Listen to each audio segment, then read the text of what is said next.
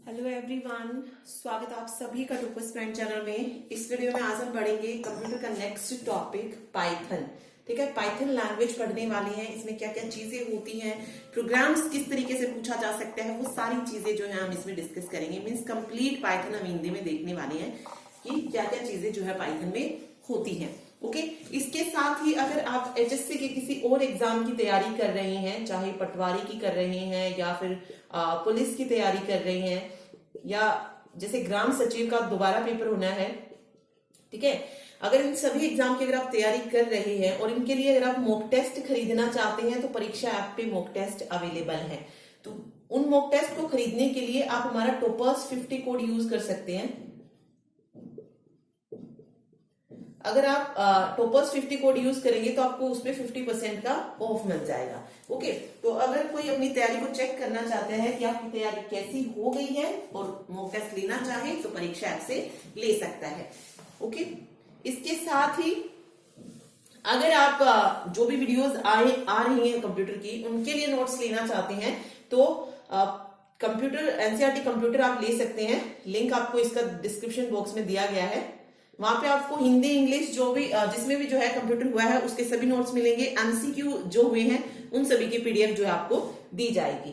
ठीक है, और इसके अलावा अगर आप साथ में एचएससी क्रैश कोर्स भी लेते हैं तो ये आपको 1500 रुपए में कंप्लीट मिल जाएगा, एचएससी और एनसीईआरटी दोनों।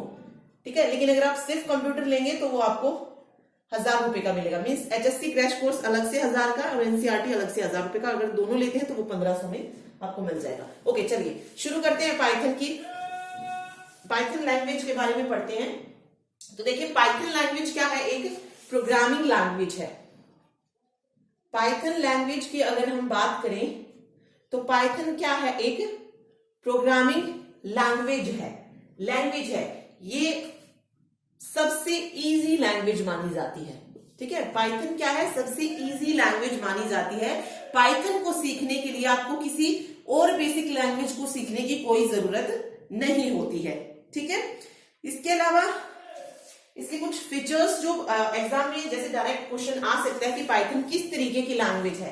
हाई लेवल लैंग्वेज है, लो लेवल लैंग्वेज है। तो पाइथन एक हाई लेवल लैंग्वेज है। ठीक है, इसके साथ ही ऑब्जेक्ट ओरिएंटेड लैंग्वेज है। ये चीजें याद रखिए। पाइथन क्या है? एक हाई लेवल उच्च स्तरीय भाषा है। ठीक है, ऑब्जेक्ट ओरिएंटेड लैंग्वेज है। ऑब्जेक्ट ओरिएंटेड क्यों है? क्योंकि ये जो ओपी में जो कंसेप्ट आते हैं, पॉलीमॉर्फिज्म, इनकैप्सुलेशन, उन सभी को सपोर्ट करती है। इसीलिए ये एक ओपी लैंग्वेज है, ऑब्जेक्ट ओरिएंटेड प्रोग्रामिंग लैंग्वेज है।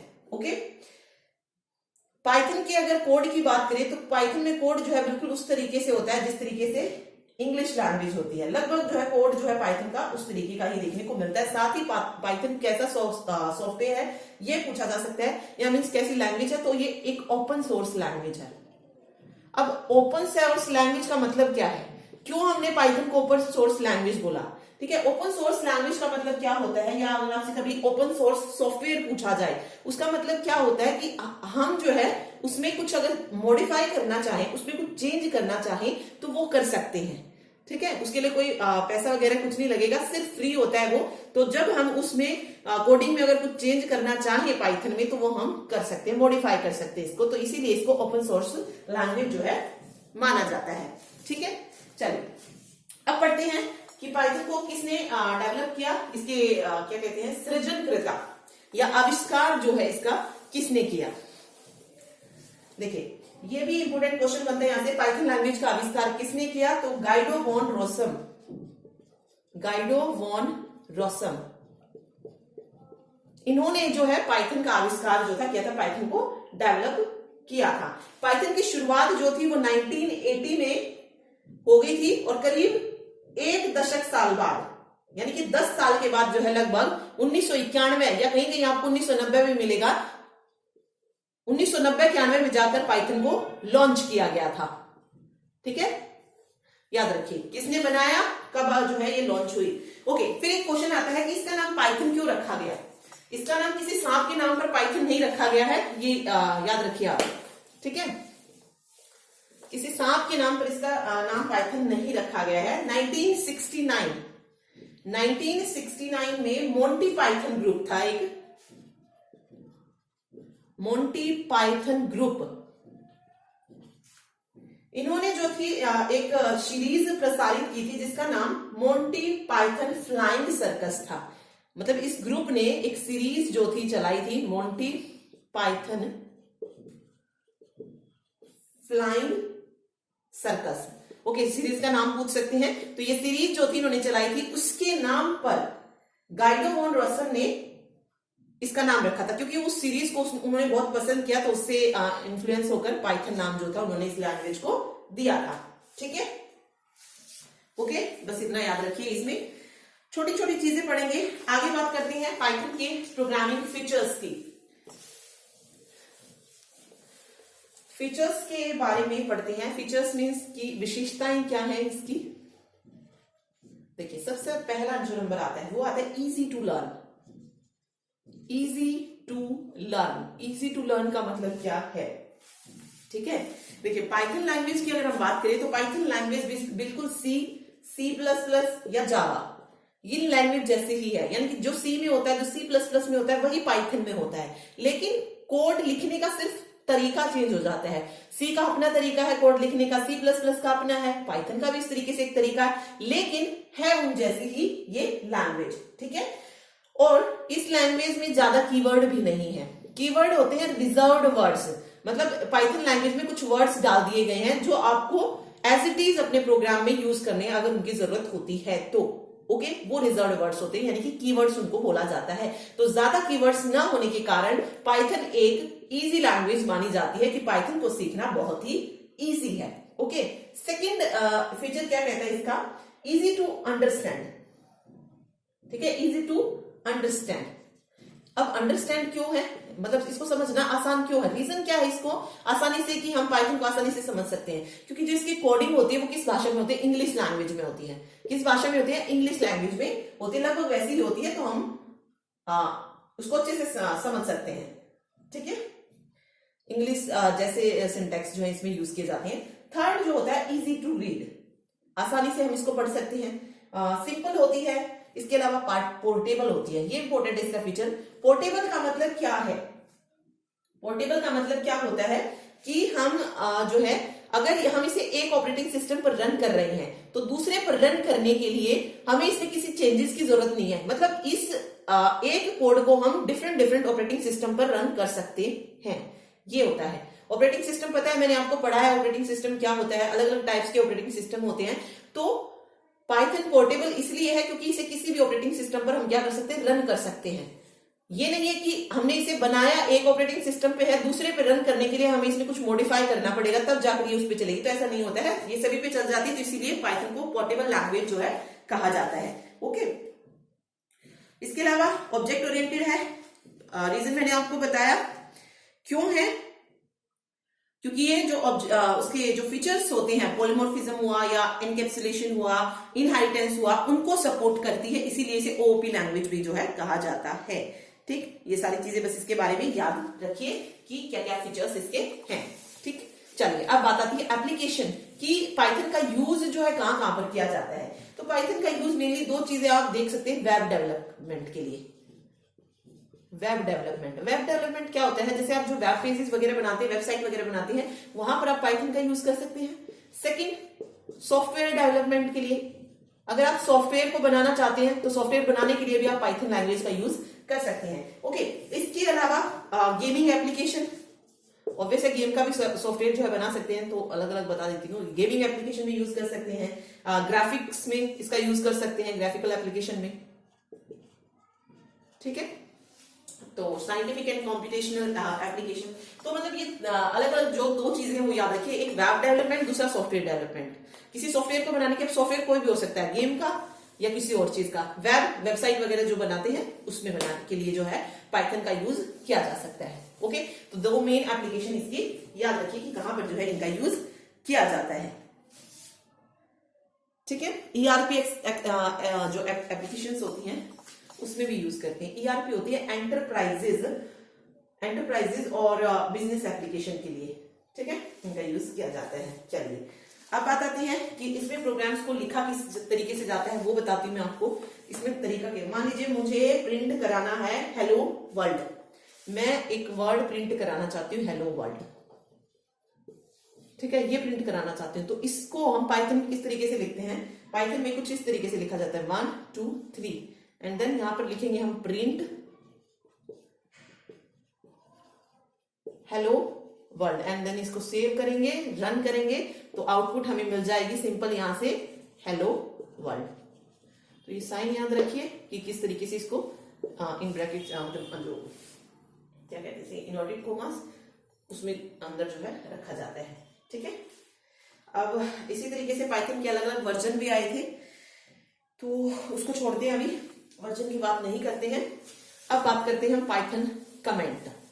जैसे कि क्लर्क में क्वेश्चन पूछा गया था कि पाइथन में कमेंट किस तरीके से डाला जाता है, ये क्वेश्चन आया था।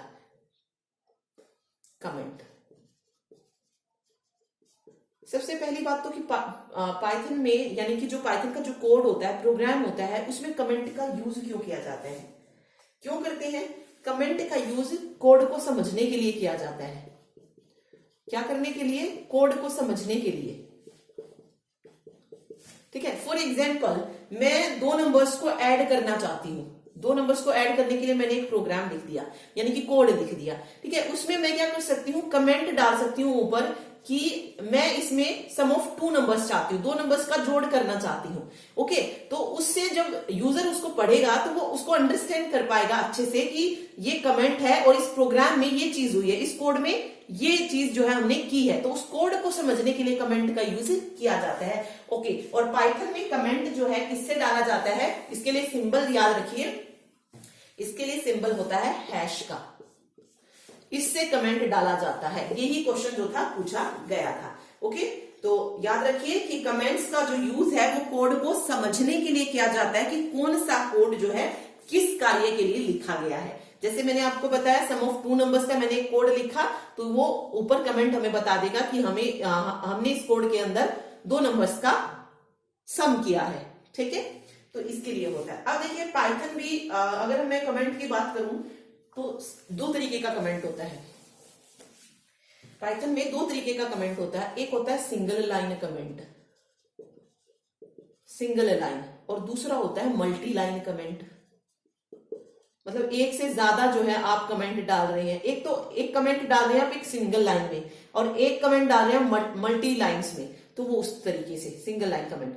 अब इनका भी अलग अलग सिंबल्स होता है, ये और याद रखिए। सिंगल लाइन कमेंट को हम डालते हैं हैश से, ठीक है, और मल्टी लाइन कमेंट को डाला जाता है इस तरीके से। एक मिनट, ये 1 2 3 और 1 2 3 इनके बीच में आप कमेंट को डाल सकते हैं। फॉर एग्जाम्पल सिंगल लाइन का मेरे को अगर एक कोड में लिखती हूं और उसमें कमेंट डाल के दिखाती हूं आपको, ठीक है। देखिए इस तरीके से यहां पे लिखा मैंने प्रिंट हेलो पाइथन और इसके ऊपर ही मैंने कमेंट डाल दिया है कि this is a single line comment, this is a single line comment, okay. तो जब हम इस प्रोग्राम को रन करेंगे, इस कोड को रन करेंगे, तो जो हमारा कंपाइलर होगा वो इसको रन नहीं करेगा, ठीक है। ये सिर्फ यूजर के समझने के लिए, वो सिर्फ उस कोड को रन करेगा, कमेंट के अंदर जो है वो उसे इग्नोर करेगा, उसको रन नहीं करेगा। ये सिर्फ समझने के लिए है कि इसमें क्या किया गया है।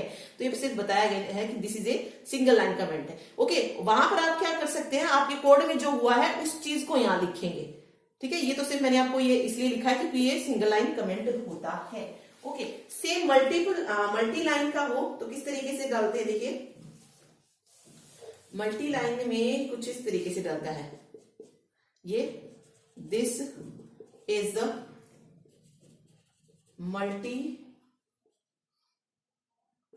Multiple line comment, multi line comment कह लीजिए, ठीक है। एंड देन मैं लिखूं कि प्रिंट हेलो पाइथन, ओके। फिर यहाँ पे मैं प्रिंट करवाऊं हेलो वर्ल्ड, तो ये मल्टी लाइन कमेंट हो जाएगा जो मल्टीपल लाइंस में होगा। बस ये याद रखिए सिंगल लाइन कमेंट के लिए हम हैश का यूज करते हैं और मल्टी लाइन कमेंट के लिए इस तरीके से 3 इन्वर्टेड कोमास का, ओके। ये इंपॉर्टेंट था इसमें, ठीक। चलिए अब बात आती है पाइथन कीवर्ड्स की, कि पाइथन में कीवर्ड्स क्या होते हैं। कीवर्ड्स। चलिए, कीवर्ड्स क्या होते हैं? कीवर्ड्स होते हैं रिजर्व्ड वर्ड्स। कीवर्ड्स होते हैं रिजर्व्ड वर्ड्स जिनको एज इट इज हम कोड में यूज करते हैं। जब पाइथन में कोई कोड लिखा जाता है तो उन वर्ड्स को एज इट इज यूज किया जाता है। तो कौन कौन से होते हैं? देखिए, यहां से मैं आपको बता रही हूं। एंड हो गया, और, ट्रू, ठीक है, एंड, और, ट्रू, फॉल्स, ये रिजर्व्ड वर्ड्स हैं इसमें। इसके अलावा फ्रॉम, वाइल, फ्रॉम, वाइल, ये भी रिजर्व्ड वर्ड्स है। आगे देखते हैं 7th नंबर पे ब्रेक हो गया, क्लास, इसके अलावा नोट, इफ, कंटिन्यू, एल्स। देखिए, इन सभी वर्ड्स का जो ना यूज किया जाता है कोडिंग में, इनको आप यूज कर सकते हैं। जैसे इफ स्टेटमेंट हम यूज करते हैं, कंटिन्यू का यूज करते हैं, ब्रेक यूज करते हैं। आगे आप प्रोग्राम देखेंगे तो समझ पाएंगे कि क्या चीजें जो है ये होती है। इसके अलावा इसमें जो रिजर्व्ड वर्ड्स होते हैं, लैम्बडा होता है, लैम्बडा, ये इंपॉर्टेंट है। इसमें क्या होता है ये आगे पढ़ेंगे, जानेंगे इसके बारे में। एसर्ट एक रिजर्व्ड कीवर्ड है जिनको एज इट इज यूज किया जाता है। डेफ हो गया, एक्सेप्ट हो गया, ठीक है। इसके अलावा ग्लोबल है, ग्लोबल, इंपोर्ट, ठीक, रिटर्न। अभी जैसे हमने कोडिंग में यूज किया था प्रिंट, ये भी एक रिजर्व्ड वर्ड्स है। उस प्रिंट की जगह आप कुछ और यूज नहीं कर सकते हैं, ठीक है। तो इस तरीके से ये वर्ड्स होते हैं जिनको मतलब जिनका एक स्पेसिफिक मीनिंग होता है, वहीं पर जो है हम इनका यूज करते हैं। फोर हो गया, फोर लूप जैसे हम चलाते हैं तो वो फोर लूप ये हो गया। तो ये कुछ रिजर्व्ड वर्ड्स जो है पाइथन में होते हैं, बस इनको याद रखिएगा कि कौन कौन सा होता है। एक एलिफ भी होता है, जैसे एल्स हो गया ना, यहाँ पे कहाँ पे लिखा था हमने एल्स, ये इसी तरीके का एक एल इफ होता है, ELIF, ये भी एक रिजर्व्ड वर्ड्स होता है। यील्ड होता है, WEILD, यील्ड, ये भी क्या एक रिजर्व्ड वर्ड्स है। ओके, तो कीवर्ड्स आपको समझ आ गया होगा कि क्या होती है कीवर्ड्स। चलिए अब बात करते हैं हम वेरिएबल्स की, कि पाइथन में वेरिएबल्स क्या होते हैं।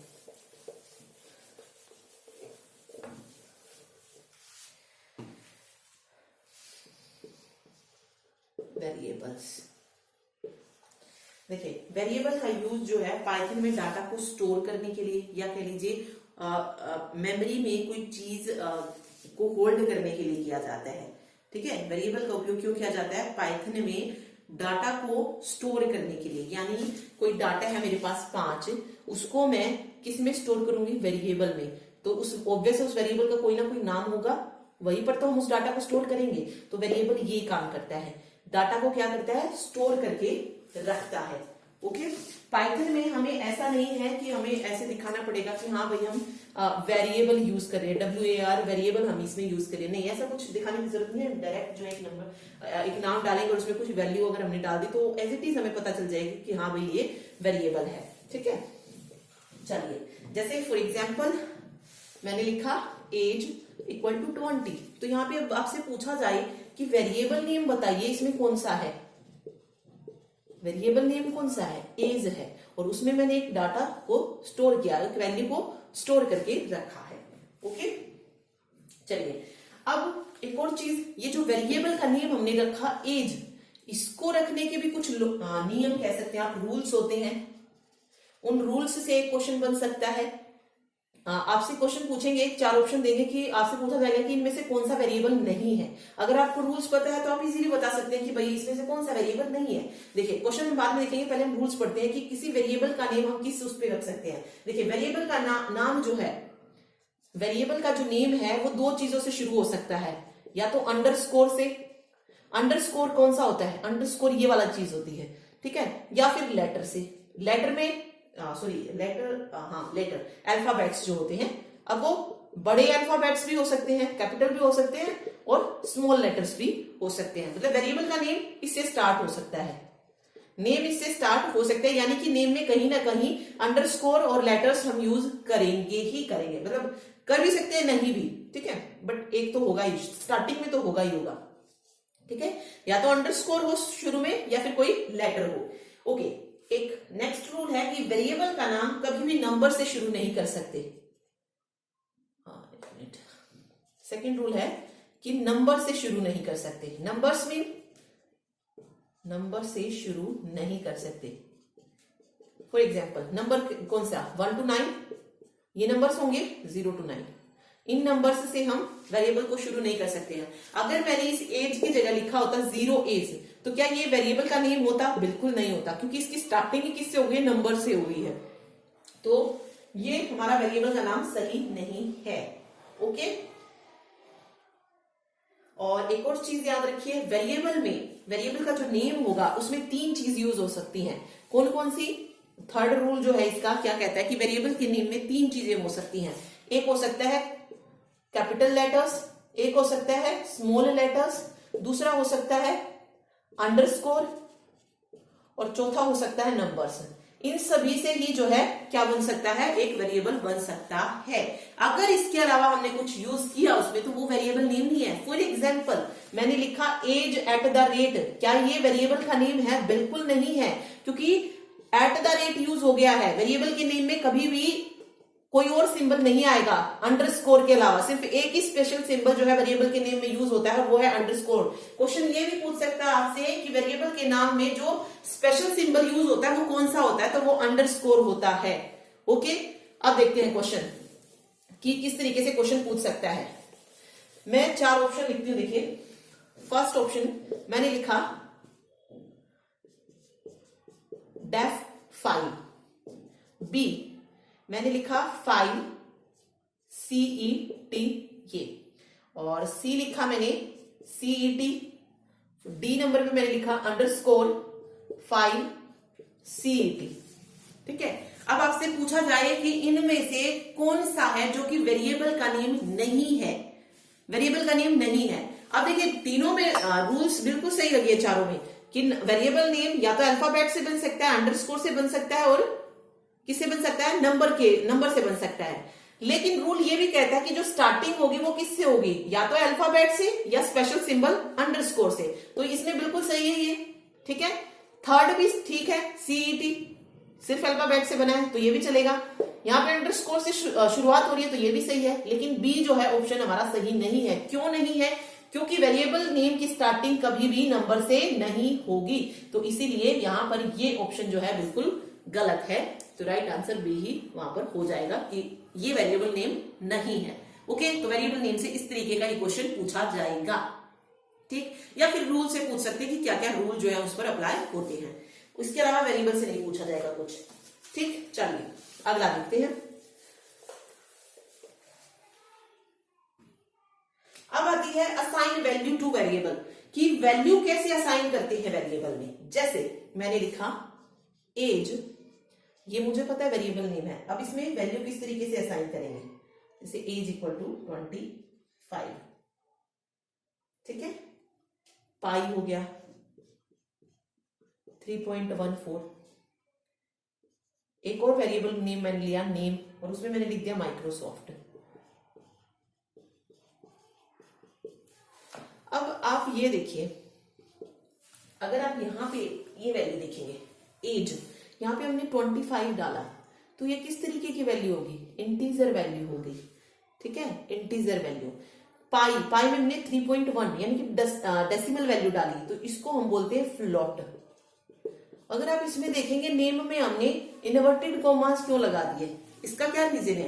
क्योंकि ये किसका नेम है? ये स्ट्रिंग का नेम है। और एक चीज आप हमेशा याद रखिए, स्ट्रिंग हमेशा डबल इन्वर्टेड कॉमास के अंदर आएगा। ठीक है, डबल इन्वर्टेड के अंदर आएगा स्ट्रिंग, मतलब सिंगल के अंदर भी आ सकता है, लेकिन सिंगल के अंदर जो है कैरेक्टर भी आता है। तो स्ट्रिंग जो है डबल और सिंगल दोनों के अंदर आ सकता है, तो ये आपको याद रखना है। ठीक, तो अब यहां से अगर आपसे नेम पूछा जाए कि भाई अब ये बताइए कि एज 25 में टाइप कौन सा है, तो आप बता सकते हैं इंटीजर टाइप है। पाई किस टाइप का है? फ्लोट टाइप का है। और नेम किस टाइप का है? तो स्ट्रिंग टाइप का है। तो इस तरीके से जो है वैल्यू असाइन की जाती है। तो हम वही बोलते हैं, पाइथन जो होता है ना वो 3 तरीके के नंबर्स को सपोर्ट करता है, ये चीज याद रखिए। पाइथन जो है 3 तरीके के नंबर्स को सपोर्ट करता है। कौन कौन से पढ़ते हैं? पाइथन नंबर्स,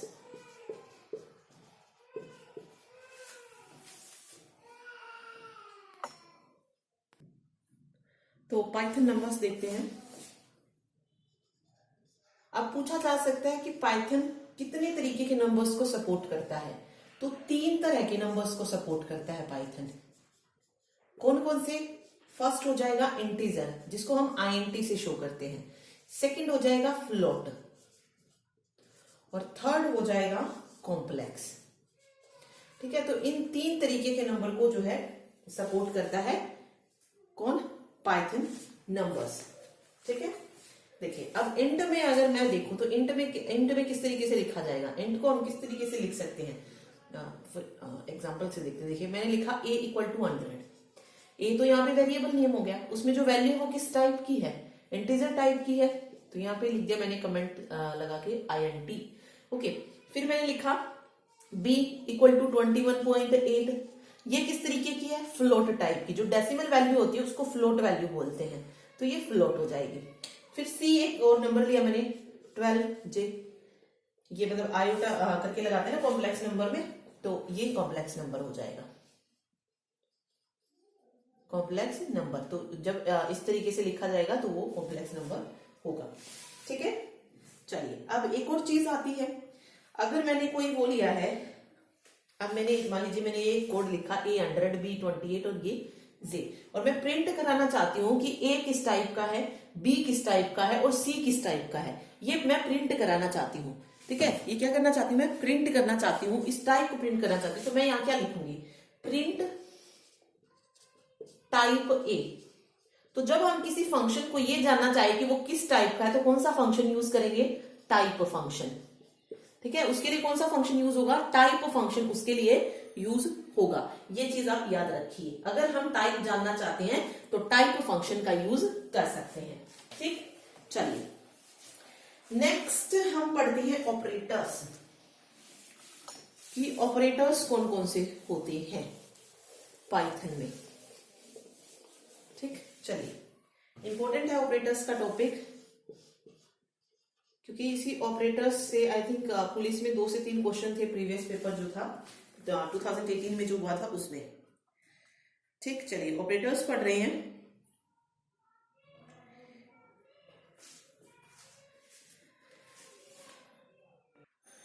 अब बात आती है कि ऑपरेटर्स का यूज क्यों किया जाता है। Operators are use to perform operations on variables and values. जो वेरिएबल्स होते हैं या वैल्यूज होती हैं उन पे ऑपरेशन परफॉर्म करने के लिए हम ऑपरेटर्स का यूज करते हैं।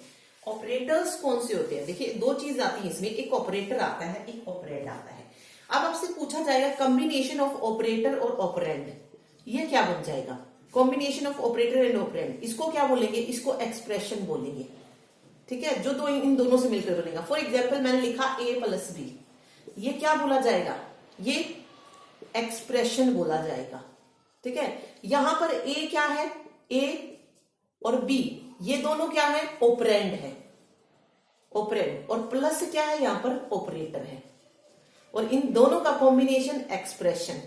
ठीक है, और ऑपरेटर्स क्या किस लिए यूज किए जाते हैं? जो वैल्यूज होती हैं उन पर ऑपरेशन परफॉर्म करने के लिए, या फिर कह लीजिए ऑपरेंड को अप्लाई जो है ये किए जाते हैं। ठीक है, तो ये होता है ऑपरेटर। अब अलग अलग टाइप्स के ऑपरेटर होते हैं, अलग अलग टाइप्स के ऑपरेटर्स होते हैं। देखिए कौन कौन से होते हैं पाइथन में। मेन अगर हम पढ़ें तो अर्थमेटिक ऑपरेटर होता है, अर्थमेटिक।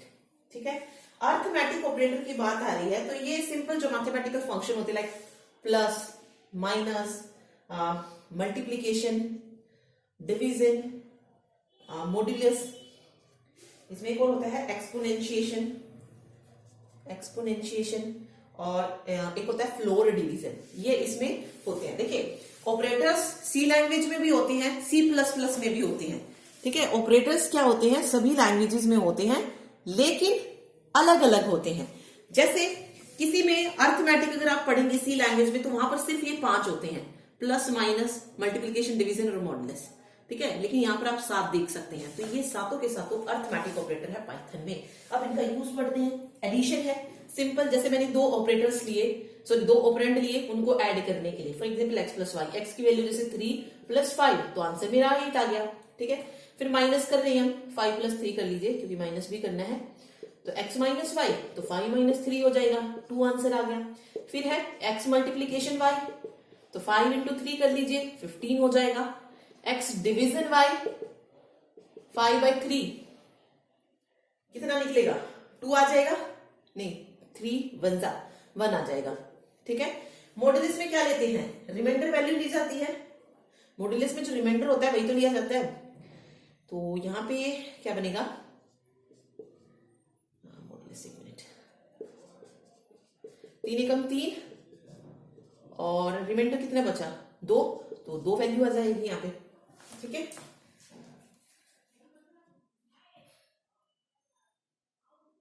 इसके बाद देखिए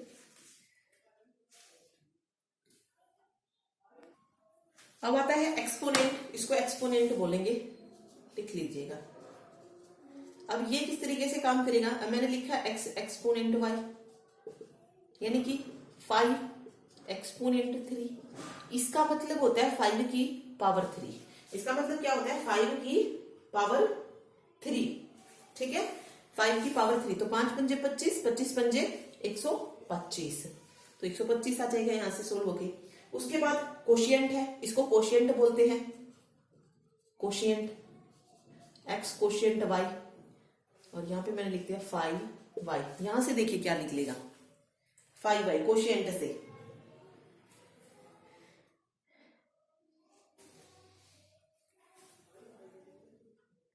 देखिए डिवीजन में क्या होता है, ये पूरा चला जाता है। ठीक है, जैसे मैंने यहाँ पे 6 लिखा तो यहाँ पे 2 आ गया था। ठीक है, लेकिन कोशिएंट में अगर ये कंप्लीट नहीं जाता है तो हम क्या लेंगे, जो क्वेश्चन जो हमारी वैल्यूज निकलेगी जिस पर वो जाएगा, रिमाइंडर वैल्यू को छोड़कर जो आंसर आएगा उस पर, जैसे 3 एकम 3 था तो यहाँ पे 1 आ जाएगा। ठीक है, रिमाइंडर को हमने इसमें ले लिया और इसमें ये पूरा कंप्लीट चला जाता है डिवीजन में। तो ठीक, तो क्वोशिएंट भी हम अगर रिमाइंडर बचता भी है तो रिमाइंडर को छोड़कर जो आंसर होगा उसको लेंगे। तो ये याद रखिए, ये अरिथमेटिक ऑपरेटर्स होते हैं पाइथन में। अब यहाँ पर इन ऑपरेटर्स का यूज क्या है, आपको वो क्या कर सकते हैं, किसी भी कोडिंग में आपको इस तरीके से 2 नंबर्स को दे सकते हैं। ठीक है, कि इसको प्रिंट कीजिए, तो आपको पता होना चाहिए ना कि इसको प्रिंट करने के बाद हमें वैल्यू क्या मिलेगी। तो ये 2 इंपॉर्टेंट है इसमें। ठीक है, क्योंकि बाकी 5 तो देखिए सबको पता होते हैं, लेकिन यहाँ पे एक्सपोनेंट और कोशिएंट ये 2 बहुत इंपॉर्टेंट है। ठीक, चलिए अब बात आती है नेक्स्ट ऑपरेटर, जो इसमें आता है असाइनमेंट ऑपरेटर। एक बार मैं आपको नाम बता देती हूँ सारे कि कौन कौन से ऑपरेटर्स जो है इसमें होते हैं। ठीक है, देखिए फर्स्ट हमने पढ़ा अरिथमेटिक ऑपरेटर, दूसरा होता है असाइनमेंट ऑपरेटर। ठीक है, थर्ड जो इसमें होता है कंपैरिजन ऑपरेटर, यानी कि 2 नंबर्स को जब कंपेयर किया जाता है वो ऑपरेटर। एक लॉजिकल ऑपरेटर होते हैं इसमें। फिफ्थ है आइडेंटिटी ऑपरेटर, मेंबरशिप, लेकिन मेन ये याद रखिए 5 जो है ये मेन होते हैं, बिटवाइज। इसके अलावा एक मेंबरशिप ऑपरेटर, ये क्यों इंपॉर्टेंट है मेंबरशिप, क्योंकि ये थोड़े से अलग हो जाते हैं जो और लैंग्वेज है उनसे, तो इसीलिए इंपॉर्टेंट है ये। और 7th होता है आइडेंटिटी ऑपरेटर, आइडेंटिटी। 7 ऑपरेटर्स इसमें होते हैं, arithmetic, assignment, comparison, logical, bitwise, membership और आइडेंटिटी। अरिथमेटिक मैंने आपको बता दिया कि अरिथमेटिक कौन से ऑपरेटर होते हैं। असाइनमेंट ऑपरेटर वो होते हैं जिससे हम वैल्यू को असाइन करते हैं। सेकंड पढ़ रही है असाइनमेंट। इसमें हम क्या करते हैं, असाइनमेंट ऑपरेटर क्यों यूज किया जाता है, तो असाइन वैल्यू टू वेरिएबल। कोई वेरिएबल है उसमें वैल्यू असाइन करने के लिए, जैसे एज है, यहाँ पे वैल्यू किसके द्वारा असाइन कर रहे हैं, इक्वल के द्वारा ही तो कर रहे हैं। 5 मैंने जो वैल्यू डाली है इक्वल के साइन के द्वारा डाली है, तो ये क्या है, मेरा असाइनमेंट ऑपरेटर है ये। ठीक है, ये असाइनमेंट ऑपरेटर है। चलिए अब इसमें देखिए कुछ इस तरीके से रूल्स आते हैं, इसमें ऑपरेटर्स हम पढ़ते हैं। तो सबसे पहले इक्वल टू का रूल है। एग्जांपल जैसे मैंने x में वैल्यू असाइन कर दी x इक्वल टू 5, इसका मतलब क्या है कि x की वैल्यू क्या है, 5 है। ठीक है, फिर अगर मैंने लिखा प्लस इक्वल टू, इसका मतलब क्या है, मैं डाल रही हूं x प्लस इक्वल टू 3, इसका मतलब क्या है x प्लस इक्वल टू 3 का। अभी तक तो हम देख रहे थे कि x की वैल्यू 5 है डायरेक्ट, लेकिन इसका मतलब क्या होता है, इसका मतलब होता है कि x में वो वैल्यू जाएगी कि हम x में 3 को ऐड कर दें। क्या कर दिया, x में 3 को ऐड कर दें। तो अब मैंने लिखा माइनस इक्वल टू, यानी कि x माइनस इक्वल टू, तो कैसे लिखेंगे, x equal to x minus 3 लिखा जाएगा, ये सेम रहेगा x इक्वल टू 5। ठीक है, चलिए प्लस इक्वल टू हो गया, माइनस इक्वल टू हो गया, इक्वल टू हो गया, मल्टीप्लीकेशन भी तो हो सकता है। मल्टीप्लीकेशन को किस तरीके से लिखा जाएगा, x multiplication equal to 3, multiplication equal to आएगा यहाँ पे। ओके, इसका मतलब क्या है कि एक्स में एक्स की वैल्यू क्या बन जाए, एक्स मल्टीपल ऑफ मतलब मल्टीप्लाई 3, मल्टीपल ऑफ मल्टीप्लाई 3। जब डिवीजन हम ले रहे हैं, डिवीजन इक्वल टू इसको डालिए, एक्स डिवीजन इक्वल टू 3, इसका मतलब क्या है, x equal to x divide 3, इस तरीके से। ओके, तो इसमें इसी तरीके से चलता जाता है। मॉड्यूलस इक्वल टू हो गया, आगे फिर कोशिएंट इक्वल टू हो गया, एक्सपोनेंट इक्वल टू हो गया। तो ये जो होते हैं ये असाइनमेंट ऑपरेटर होते हैं। एक इसमें ये भी होता है एंड इक्वल टू, और इक्वल टू, फिर ये इस तरीके से कैप वाला आ जाता है, लेफ्ट शिफ्ट करने के लिए होता है या राइट शिफ्ट करने के लिए होता है। तो ये सारी असाइनमेंट ऑपरेटर होते हैं, ठीक है। तो इनका आपको पता होना चाहिए, ठीक। चलिए आगे बढ़ते हैं। असाइनमेंट ऑपरेटर के बाद जो तीसरा ऑपरेटर आता है वो आता है कंपैरिजन ऑपरेटर। अब देखिए कंपैरिजन ऑपरेटर क्यों यूज करते हैं, दो वैल्यूज को कंपेयर करने के लिए, ठीक है। कंपैरिजन ऑपरेटर का यूज क्या है, वैल्यूज को कंपेयर करने के लिए। अब कंपेयर किस तरीके से किया जा सकता है, हम सिंपल सा मैथ में देखते हैं कि हम मेरे पास दो नंबर्स हैं, उनको कैसे कंपेयर करेंगे कि क्या दोनों इक्वल है, क्या 6 बड़ा है, क्या 6 छोटा है, क्या ग्रेटर देन इक्वल टू है, लेस देन इक्वल टू है, या नॉट इक्वल टू है।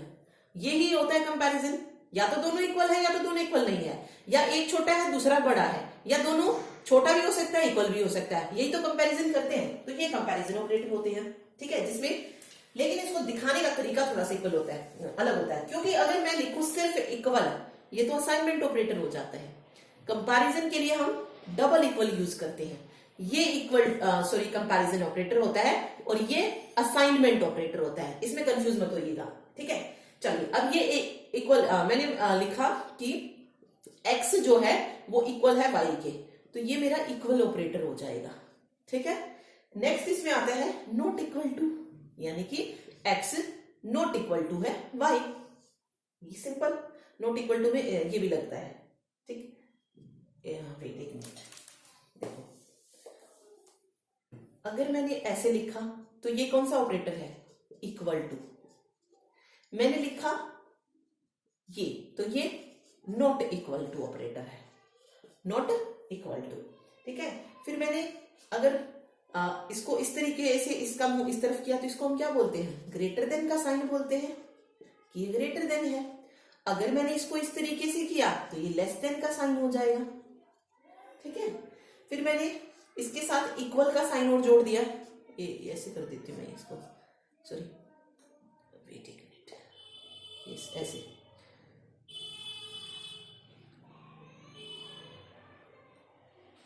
ठीक है। ये ग्रेटर देन, ये लेस देन। अब मैंने ग्रेटर देन के साथ इक्वल का साइन भी जोड़ दिया है, तो इसको क्या बोलेंगे हम, ग्रेटर देन और इक्वल टू, या तो वैल्यू बड़ी या तो वैल्यू सेम, ठीक है। ये क्या हो जाएगा, less than equal to, less than equal to. अब ये चीज आप याद रखिए, कई बार क्वेश्चन वो देखिए किस तरीके से देंगे, आपसे पूछेंगे कि इनमें से कौन सा कंपैरिजन ऑपरेटर नहीं है। ऑप्शन मान लीजिए आपको 4 ऑप्शन दे दिए, ये दे दिया, ये दे दिया, और ये दे दिया, और ये दे दिया। अब आप देखिए कौन सा नहीं है। ये ठीक है, ग्रेटर देन का हो गया, ये ठीक है, लेस देन का हो गया, ये भी ठीक है कि ये ग्रेटर देन इक्वल टू का हो गया, लेकिन ये कौन सा साइन है, ये तो कोई कंपैरिजन ऑपरेटर नहीं है, क्योंकि लेस देन का साइन कैसे बनता है, लेस देन इक्वल टू का साइन कैसे बनता है, इस तरीके से बनता है, ठीक है। उसके मुंह के अंदर तब आएगा जब उसका मुंह इस तरफ होगा, इस तरफ से नहीं होगा, ठीक है। इसको हम ग्रेटर देन इक्वल टू नहीं बोल सकते हैं। तो ये ऐसे क्वेश्चन जो है कंपैरिजन ऑपरेटर से पूछा जा सकता है कि इनमें से कौन सा कंपैरिजन ऑपरेटर नहीं है, ठीक है। तो बस इसमें हम वैल्यू देख सकते हैं ना पुट करके कि क्या 5 इक्वल टू 6 है, मतलब x की वैल्यू क्या y के इक्वल है, नहीं है, तो नॉट इक्वल टू का साइन लगा दो। अगर मेरे पास x की वैल्यू y की वैल्यू 6 है तो हम कह सकते हैं कि 6 इक्वल टू 6 है, ठीक है। तो वो कंपैरिजन ऑपरेटर हमारा हो जाएगा, ठीक है। चलिए अगला ऑपरेटर आता है, बहुत इंपॉर्टेंट है, लॉजिकल ऑपरेटर। लॉजिकल ऑपरेटर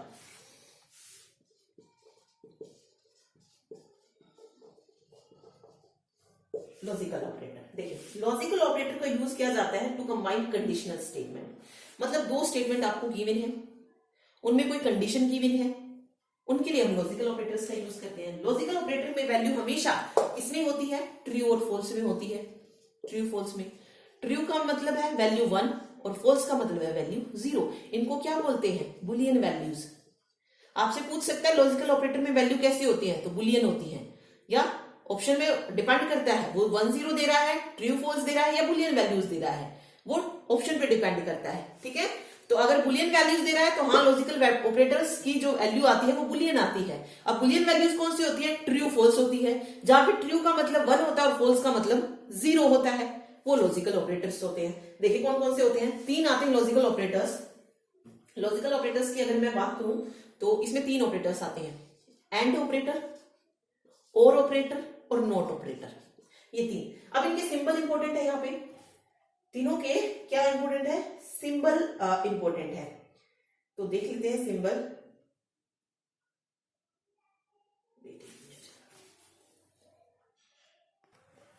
तो देखिए एंड को जो है डबल इससे लिखते हैं इस तरीके से, ठीक है, और को ये हो जाएगा और नोट को ये हो जाएगा।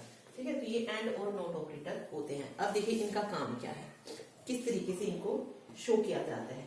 सबसे पहले जैसे हम एंड ऑपरेटर की बात कर रहे हैं, एंड ऑपरेटर कब यूज होता है, मान लीजिए मेरे पास 2 स्टेटमेंट है, एग्जांपल से लिखते हैं। मेरे पास x जो है वो लेस देन 5 है एंड x लेस देन 10 है। अब अगर मैं इनके बीच में एंड का यूज कर रही हूं, एंड ऑपरेटर का, तो ये वैल्यू मुझे कब ट्रू देगा, जब ये दोनों ही सेटिस्फाई करे। ठीक है, या तो x की वैल्यू लेस देन 5 आए या x की वैल्यू लेस देन 10, दोनों ही कंडीशन ट्रू हो। अब मान लीजिए मैंने x की वैल्यू ले ली 4, x की वैल्यू मान लीजिए मैंने 4 ले ली। अब आप चेक कीजिए क्या 4 लेस देन है 5 से, एंड 4 लेस देन है 10 से। अगर मेरी ये कंडीशन 4 लेस देन है 5 से, बिल्कुल ट्रू है। ठीक है, और 4 लेस देन है 10 से, ये भी ट्रू है। तो आंसर मुझे यहां से क्या मिलेगा, आंसर मुझे ट्रू मिलेगा। ठीक है, लेकिन इसी नंबर की जगह मैं 4 ना रख के 9 रख लेती, या 6 रख लेती, 7 रख लेती, 9 रख लेती। मान लीजिए 9 लेस देन 5 और 9 लेस देन 10। अब इसमें आप चेक कीजिए क्या 9 लेस देन 5 है, नहीं है, तो फॉल्स हो जाएगा। लेकिन 9 लेस देन 10 है, ट्रू हो जाएगा। तो आंसर मुझे क्या मिलेगा, तब आंसर मुझे फॉल्स मिलेगा अगर एंड ऑपरेटर है। तो एंड ऑपरेटर के लिए कंडीशन क्या कहती है कि दोनों ही कंडीशन को क्या होना जरूरी है, ट्रू होना जरूरी है, सही होना, सत्य होना जरूरी है, तभी आंसर मुझे सत्य मिलेगा, अदरवाइज फॉल्स आंसर मिलेगा। अगर एक कंडीशन भी मेरी जो है खराब हो जाती है, गलत हो जाती है, तो रॉन्ग हो जाती है, तो फॉल्स हो जाती है, तो ठीक है, तो ये एंड ऑपरेटर होता है।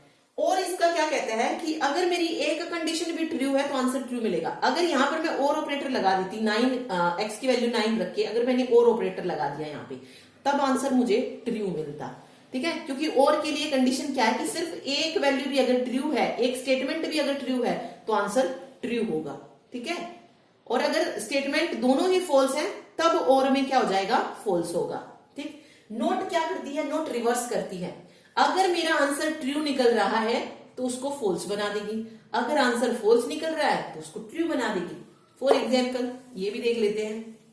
फॉर एग्जाम्पल मैंने लिखा, मैंने नोट ऑपरेटर यूज किया कि x लेस देन 5 और सेकंड है, second statement x less than 10। ठीक है, नोट ऑपरेटर लगा दिया मैंने। ठीक, अब देखिए x की वैल्यू ले ली मैंने 4 लेस देन 5 है, 4 लेस देन 10 भी है। ठीक है, तो ऑब्वियसली यहां से आंसर क्या मिलेगा, एंड लगाते हैं यहाँ पे एंड, तो आंसर मुझे क्या मिलेगा, ट्रू ही तो मिलेगा। लेकिन जैसे ही मैंने देखा यहाँ पे नोट ऑपरेटर लगा है, आंसर क्या हो जाएगा, रिवर्स हो जाएगा, ट्रू की जगह मुझे आंसर फॉल्स मिलेगा। ठीक है, लेकिन अगर यहाँ पे आंसर फॉल्स निकलता तो नोट उसे क्या कर देता, उस आंसर को ट्रू कर देता। ठीक है, तो नोट रिवर्स में काम करता है, ट्रू को फॉल्स, फॉल्स को ट्रू। एंड में दोनों कंडीशंस जो होती हैं ट्रू होनी चाहिए, मतलब जितनी भी कंडीशन है अगर वो ट्रू होंगी तो ही आंसर ट्रू होगा। और में क्या है कंडीशन कि अगर एक स्टेटमेंट भी अगर मेरी ट्रू है, एक कंडीशन भी अगर ट्रू है तो आंसर ट्रू मिलेगा। ठीक है, तो ये लॉजिकल ऑपरेटर होते हैं। ओके, चलिए आइडेंटिटी ऑपरेटर की हम बात कर रहे हैं नेक्स्ट। तो आइडेंटिटी ऑपरेटर पाइथन में दो होते हैं, कौन कौन से?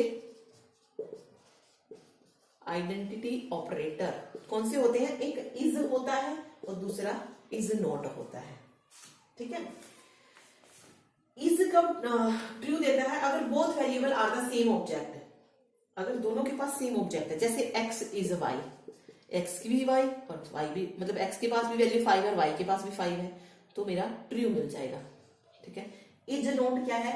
ये रिटर्न करेगा true if both variable are not the same object, लेकिन वो सेम ऑब्जेक्ट नहीं है, यानी कि x इज नॉट y, यानी कि x में अलग वैल्यूज, y में अलग वैल्यूज, तो मुझे क्या मिलेगा? यहां से ट्रू मिल जाएगा। ठीक है, अगर दोनों की वैल्यू इक्वल नहीं है तो भी ट्रू मिलेगा, अगर हमने इज नॉट लगाया है तो। ठीक है, ये आइडेंटिटी ऑपरेटर इसमें होता है। एक और पढ़ा था हमने मेंबरशिप ऑपरेटर।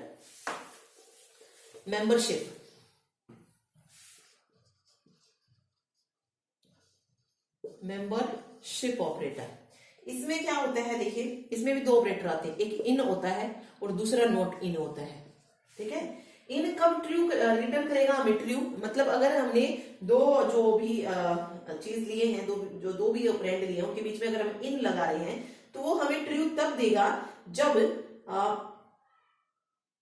स्पेसिफाइड वैल्यू जो है वो प्रेजेंट है ऑब्जेक्ट में, x इन y। ठीक है, कोई x की वैल्यू अगर y में प्रेजेंट है तो हमें ट्रू मिल जाएगा, और x नॉट इन y अगर नहीं है, वो प्रेजेंट स्पेसिफाइड वैल्यू अगर उसमें प्रेजेंट नहीं है तो यहां पर तब ट्रू मिलेगा।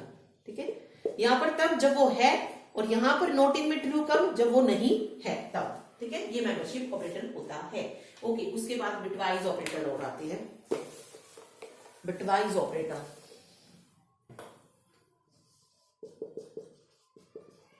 ये भी इंपॉर्टेंट है। इसमें बिटवाइज ऑपरेटर देख लेते हैं। जैसे इसमें ये होता है, इसको एंड बोलते हैं, बिटवाइज एंड, इसको हम बिटवाइज एंड बोलते हैं। इसमें देखिए अब फर्क क्या है लॉजिकल ऑपरेटर और इसमें सिंगल होता है, उसमें डबल होती है, और के लिए सिंगल लाइन होती है, तो इसको हम बिटवाइज और बोलते हैं। इसको क्या बोलते हैं? बिटवाइज और बोलते हैं। बिटवाइज नोट इसमें कुछ इस तरीके से दिखाया जाता है, टिल्ड से। ये टिल्ड ऑपरेटर है, इससे दिखाते हैं हम बिटवाइज नोट को। ठीक है, इनके सिंबल भी पूछे जा सकते हैं, तो इनके सिंबल भी जो है इंपॉर्टेंट है। एक्सोर भी होता है इसमें एक, बिटवाइज एक्सोर, इसको किस तरीके से शो किया जाता है? कुछ इस तरीके से, कैप से। ठीक है, इसके अलावा जीरो फिल लेफ्ट साइड, ये लेफ्ट साइड के लिए होता है। अब इसका मुंह इस तरफ है, इसका जो फेस है इस तरफ है, तो ये बिटवाइज लेफ्ट हो रहा है। अगर इस तरफ है राइट की साइड, तो इसको हम क्या बोलेंगे? Bitwise right shift. ये राइट शिफ्ट ऑपरेटर हो जाएगा, वो लेफ्ट शिफ्ट और ये राइट शिफ्ट, ये बिटवाइज ऑपरेटर होते हैं। ओके, एंड का वही है, मैंने आपको बताया, ये क्या करेगा? हर एक बिट को 1 सेट कर देगा अगर दोनों बिट्स क्या है? 1 है, यानी कि 1 का मतलब अगर दोनों कंडीशन मेरी ट्रू है तो ट्रू आंसर आएगा। और में अगर 1 है, बिटवाइज नोट रिवर्स में चलता है, 1 को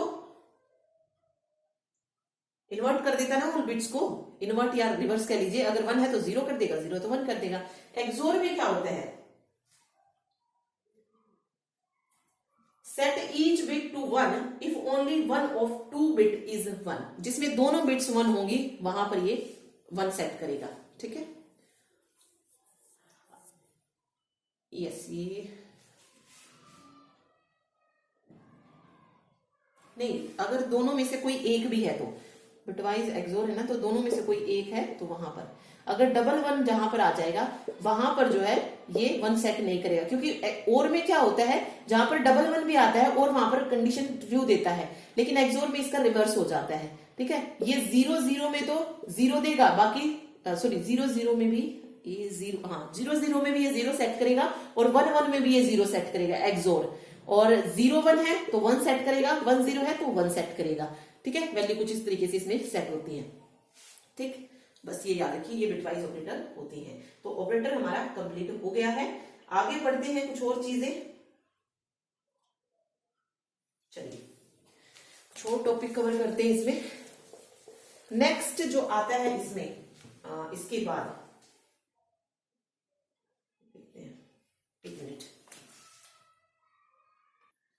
अब आगे पढ़ रहे हैं हम डाटा टाइप। ठीक है, डाटा टाइप जैसे हमने कुछ तो पढ़ ली थी, इंटीजर, फ्लोट, उसके अलावा भी कुछ डाटा टाइप्स होती है कि जो डाटा है वो किस टाइप का है।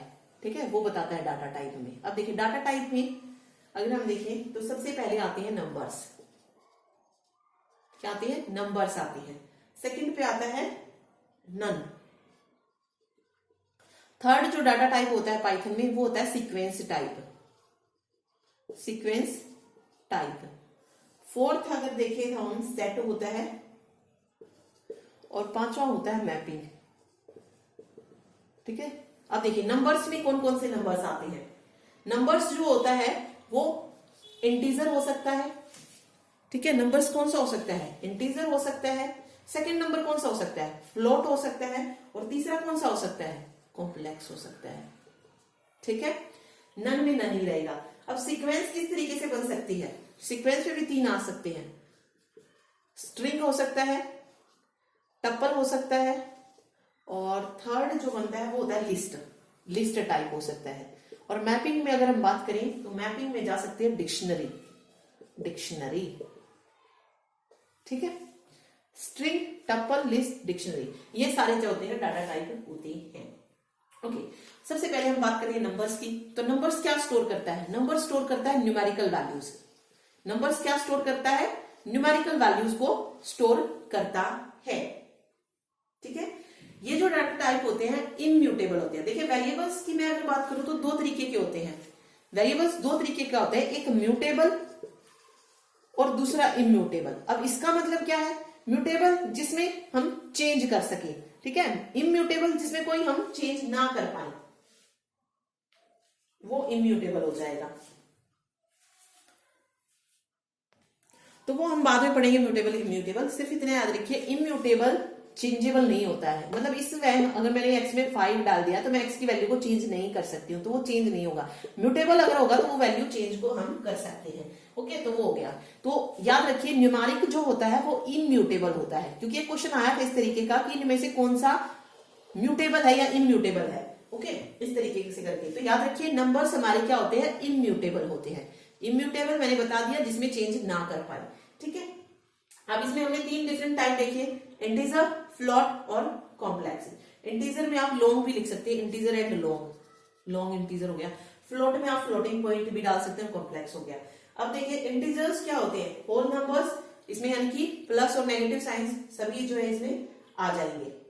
ठीक है, और फ्लोट मैंने बताया जो डेसिमल्स वैल्यू होती है, डेसिमल वैल्यू जो होती है, फ्रैक्शन डेसिमल वैल्यू जो होती है। ठीक है, जैसे 55.7 ये एक फ्लोट वैल्यू है। कॉम्प्लेक्स में जैसे मैंने बताया था 5j लिख दिया, ये एक कॉम्प्लेक्स वैल्यू हो जाएगी।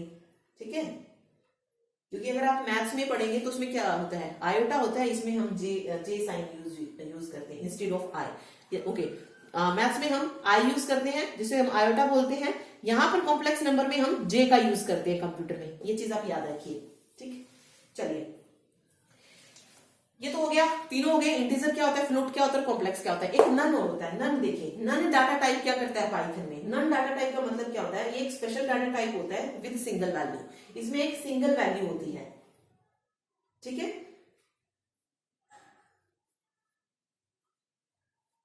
तो ये क्यों यूज किया जाता है? नन कब यूज करते हैं हम? Absence of value. ठीक है, अगर कोई वैल्यू अब्सेंट है तो उसके लिए हम नन यूज करते हैं कि हाँ भाई उसमें कोई डाटा टाइप यूज नहीं हुआ। जैसे मैंने एज लिखा, अब मैंने इसमें कोई वैल्यू नहीं डाली, तो कौन सा डाटा टाइप है? नन डाटा टाइप है ना, क्योंकि मुझे नहीं पता कि एज में किस तरीके की वैल्यू गई है। नंबर्स में गई है, सीक्वेंस में गई है, सेट में गई है, तो वो नन डाटा टाइप हो जाएगा जिसमें वैल्यू अब्सेंट होती है। ओके ओके, चलिए आगे सीक्वेंस है। सीक्वेंस में आप देखेंगे तो स्ट्रिंग, टप्पल और लिस्ट जो है गिवन है। अब देखिए स्ट्रिंग किस तरीके से हो सकता है। स्ट्रिंग मैंने आपको बताया किस में डालते हैं हम? डबल इन्वर्टेड कोमास होते हैं, तो इसको हम किस तरीके से लिखते हैं स्ट्रिंग को? यहाँ पे ना नंबर ऑफ मतलब ग्रुप ऑफ कैरेक्टर्स से बनता है ये। तो स्ट्रिंग अगर मैंने लिखा ये हेलो वर्ल्ड, इसमें कैरेक्टर नहीं होता। देखिए एक चीज मैं आपको बताती हूँ, C++ वगैरह जो होती है उसमें कैरेक्टर होता है। अगर मैंने सिर्फ ये लिखा ना 5, अगर कोमास के मतलब जो भी कोमास है सिंगल में, तो ये मेरा कैरेक्टर कहलाता है। ठीक है, लेकिन पाइथन में कैरेक्टर नहीं होता है, स्ट्रिंग होता है, जो सिंगल में भी आ सकता है और डबल में भी आ सकता है। ठीक है, तो हेलो वर्ल्ड क्या हो जाएगा, एक स्ट्रिंग हो जाएगा, क्योंकि यहाँ पे ग्रुप ऑफ कैरेक्टर्स है और डबल उनके बीच में है, तो ये एक स्ट्रिंग हो जाएगा। ओके, उसके बाद टप्पल था। टप्पल देखिए किस तरीके से बनता है। टप्पल के लिए जैसे एक एग्जांपल लेते हैं, यहाँ पे लिख देती हूँ मैं एग्जांपल टप्पल का। जैसे मैंने लिखा टप्पल, देन ऑरेंज, उसके बाद इसको क्लोज किया, देन उसके बाद बनाना, चेरी। ठीक है, इस तरीके से जो है यूज किया जाता है टप्पल की। x equal to tuple this, एक लिस्ट होता है x इक्वल टू लिस्ट, इसको भी इनमें किया जाता है। जो वैसी ब्रेसेस होती हैं, क्या बोलते हैं इनको, एंगल ब्रेसेस। ओके, इसमें होता है देन वही Apple, banana and cherry.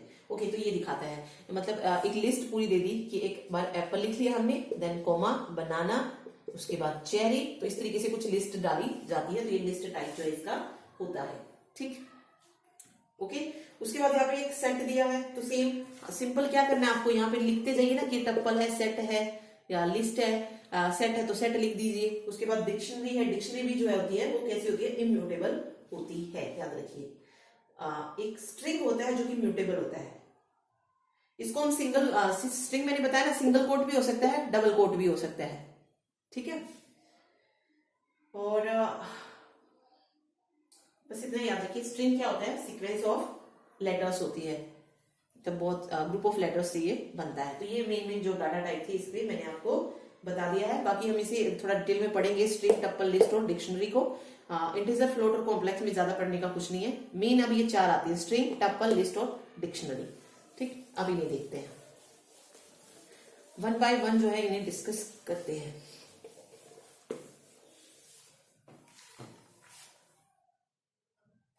Okay, आगे देखिए, जो अभी हमारा रह गया है, स्ट्रिंग हो गया, डिक्शनरी हो गया, म्यूटेबल है, इम्यूटेबल है, किस तरीके से यूज होता है, तो हम आगे थोड़ा सा और डिटेल में पढ़ेंगे। लेकिन उससे पहले कुछ और इंपोर्टेंट चीजें इसमें हम पढ़ लेते हैं। देखिए, सबसे पहले हम इसमें पढ़ रहे हैं Python decision making. Python decision making, देखिए ये क्या होता है। डिसीजन मेकिंग का उपयोग जो है हम कंडीशन के बेस पे करते हैं, स्टेटमेंट को एग्जीक्यूट करने के लिए। क्यों किया जाता है, स्टेटमेंट को एग्जीक्यूट करने के लिए। जो डिसीजन मेकिंग होती है वो किस बेस पे होती है, कंडीशन के बेस पे होती है। ठीक है, अब देखिए डिसीजन मेकिंग जो होती है वो तीन तरीके की होती है। अगर हम देखिए तो पाइथन डिसीजन मेकिंग तीन तरीके की होती है। कौन कौन सी, इफ, सेकंड होती है इफ एल्स, और थर्ड होती है if elif. If L if. Okay, तो ये डिसीजन मेकिंग जो है ये तीन तरीके की होती है। पाइथन में जो है हम डिसीजन मेकिंग इन तीन तरीके से यूज करते हैं, इफ एल्स और इफ एलिफ। ओके, देखिए डिसीजन मेकिंग में क्या होता है, अगर कंडीशन जो हमने डाली है वो अगर ट्रू है तो ही स्टेटमेंट हमारी एग्जीक्यूट होती है। फॉर एग्जाम्पल, ठीक है, दिया सबसे पहले जैसे इफ है, अगर दिया हुआ कंडीशन ट्रू है तो ही जो है इफ के साथ जो स्टेटमेंट होगी वो एग्जीक्यूट होगी। फॉर एग्जाम्पल देखिए, विद उससे देखते हैं प्रोग्राम से। मान लीजिए मैंने लिखा एज इक्वल टू 20, मैंने लिखा एज इक्वल टू 20, कंडीशन डाली मैंने इफ एज अगर ग्रेटर देन इक्वल टू है 18 से, अगर एज मेरी ग्रेटर देन इक्वल टू है 18 तो प्रिंट हो जाए, क्या प्रिंट हो जाए, eligible for vote, eligible for vote. अब इसको चेक कीजिए, मैंने कहा ना कि इफ की कंडीशन अगर ट्रू है तो ही मुझे स्टेटमेंट एग्जीक्यूट होके मिलेगी, अदरवाइज नहीं मिलेगी। तो एज 20 है, अब 20 less than greater than equal to 18 है, तो बिल्कुल है, कंडीशन क्या है, ट्रू हो रही है, तो ये स्टेटमेंट एग्जीक्यूट हो जाएगी और मुझे प्रिंट होके क्या मिल जाएगा कि एलिजिबल फॉर वोट, ये मुझे प्रिंट होके आउटपुट में मिल जाएगा। ठीक है, आउटपुट क्या मिलेगी, एलिजिबल फॉर वोट, क्योंकि कंडीशन ट्रू होगी तो स्टेटमेंट भी एग्जीक्यूट हो जाएगी।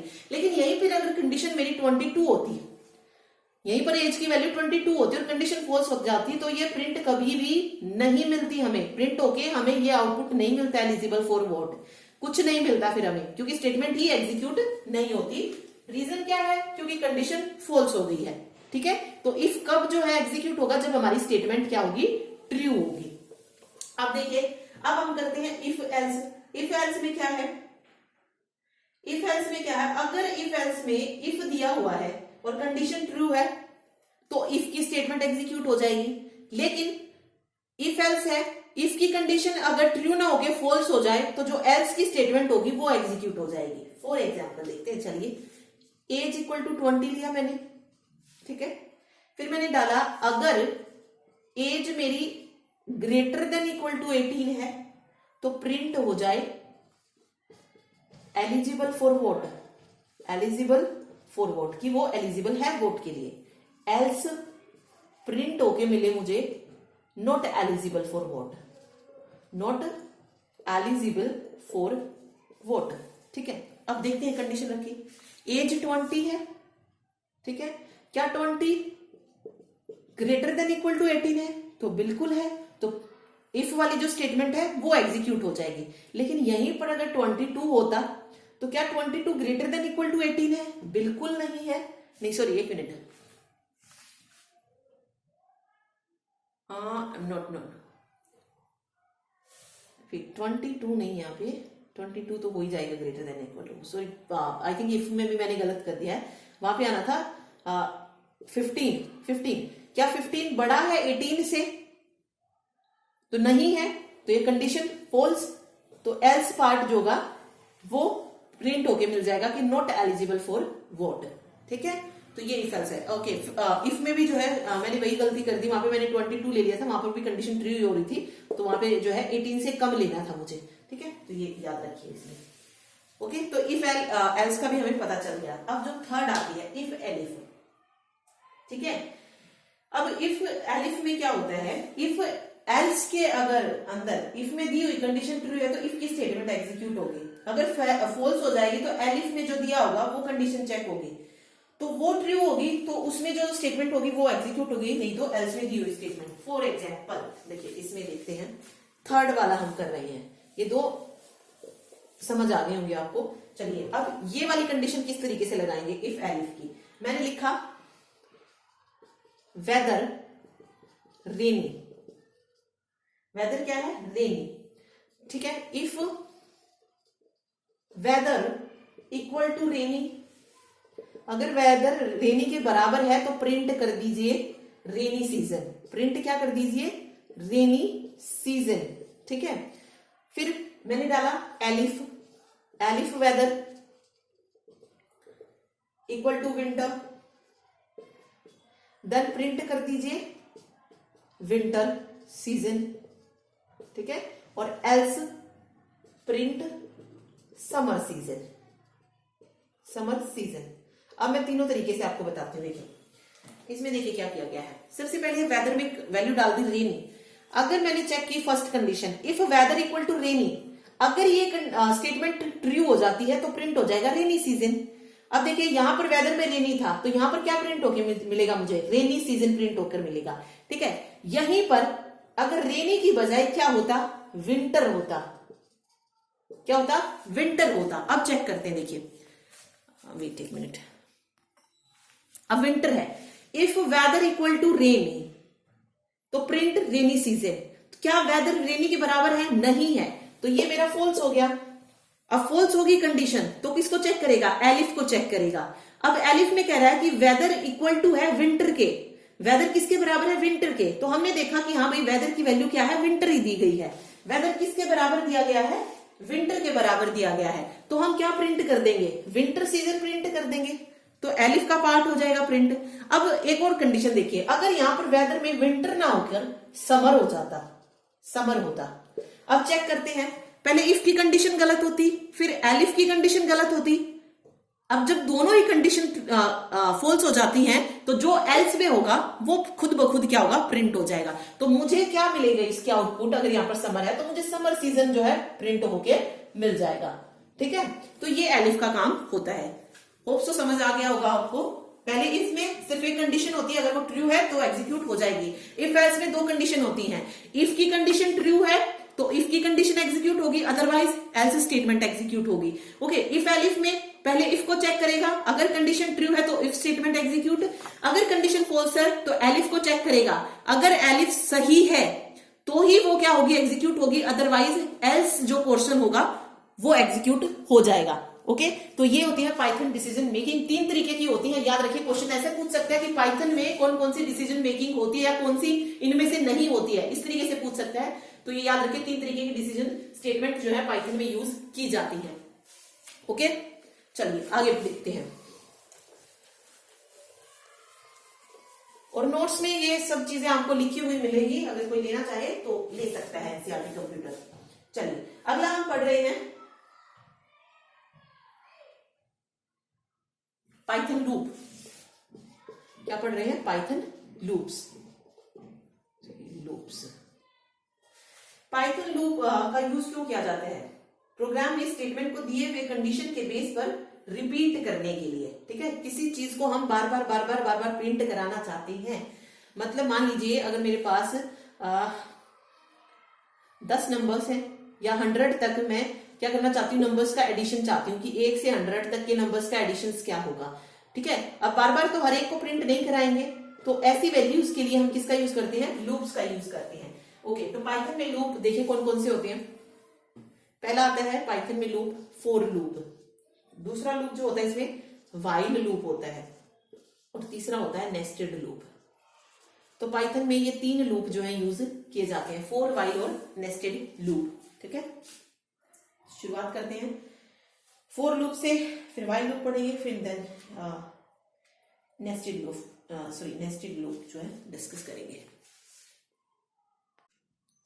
तो सबसे पहले हम फॉर लूप में पढ़ते हैं। देखिए फॉर लूप में अगर मैं प्रिंट कराना चाहती हूँ 1 से लेकर 10 नंबर तक, ठीक है, 1 को प्रिंट कराना चाहती हूँ, मतलब कुछ इस तरीके से अगर मैं प्रिंट कराना चाहती हूँ,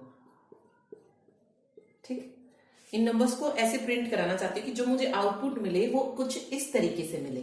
ओके, अब देखिए अगर मैं फॉर लूप नहीं लगाऊंगी तो मुझे क्या करना पड़ेगा, हर एक स्टेटमेंट जो है उसको प्रिंट कराना पड़ेगा। जैसे पहले 1 को प्रिंट कराऊंगी, फिर 2 को कराऊंगी, फिर 3 को, फिर 4 को, फिर 5 को, इस तरीके से सभी को। ओके, तो अब आप देख सकते हैं अगर 10 नंबर्स हैं तो 10 स्टेटमेंट हम कर सकते हैं। अगर नंबर्स आ जाए 500 तो क्या इतनी स्टेटमेंट्स को लिखना पॉसिबल होगा, नहीं होगा। तो उसके लिए यूज करते हैं हम फॉर लूप का। ठीक है, क्या यूज करते हैं, फॉर लूप का। किस तरीके से चलता है फॉर लूप, कंडीशन किस तरीके से लिखते हैं कि पहले जो है हम आई में क्या डालेंगे, इनिशियल वैल्यू जो होगी, इनिशियल वैल्यू क्या है यहाँ पर 1 है, तो आई इक्वल टू 1 हो गया। ठीक है, देन फाइनल वैल्यू कि हमें कहां तक पहुंचना है, तो आई लेस देन इक्वल टू 10 कर सकते हैं यहाँ पे, एंड उसके बाद इंक्रीमेंट जैसे आई प्लस प्लस। ठीक है, तो ये होता है फॉर लूप को लगाने का तरीका कि फॉर लूप किस तरीके से प्रिंट करता है। फिर देन उसके बाद आप कर सकते हैं प्रिंट आई, और ये प्रोग्राम जो है क्लोज हो जाएगा। अब इसमें देखिए सबसे पहले हम आई की वैल्यू 1 ले रहे हैं, तो कंडीशन चेक करते हैं कि क्या, ओके, चाहे ऊपर, हाँ यहीं पे रख लीजिए, क्या 1 लेस देन इक्वल टू 10 है, तो बिल्कुल है। तो पहले क्या प्रिंट हो जाएगा, 1 प्रिंट हो जाएगा। ठीक है, उसके बाद इंक्रीमेंट होगा, क्योंकि पोस्ट इंक्रीमेंट है। पोस्ट इंक्रीमेंट में क्या होता है, पोस्ट और प्री क्या होते हैं, अगर प्लस प्लस आई होता तो यानी कि पहले ही वैल्यू बढ़ जाती और उसके बाद प्रिंट होती। अगर यहाँ पे प्लस प्लस आई होता तो यहाँ पे 2 वैल्यू प्रिंट होती। ठीक है, यानी कि बढ़ने के बाद वैल्यू प्रिंट होती। ठीक है, तो यहाँ पे पोस्ट इंक्रीमेंट है तो पहले वैल्यू प्रिंट होगी, तो पहले 1 वैल्यू प्रिंट होगी, उसके बाद आई की वैल्यू क्या होगी, 1 बढ़ जाएगी। तो पहले जो 1 वैल्यू थी वो क्या हो जाएगी, 2 हो जाएगी। ठीक है, फिर इस 2 को अगेन हम कंडीशन चेक करेंगे कि आई की वैल्यू हमारे पास 2 हो चुकी है, क्या 2 लेस देन इक्वल टू 10 है, तो ये भी है। देन अगेन प्रिंट हो जाएगा हमारा 2, और उसके बाद वापस से आई की वैल्यू इंक्रीज हो जाएगी। ओके, तो फॉर लूप जो है कुछ इस तरीके से चलता है।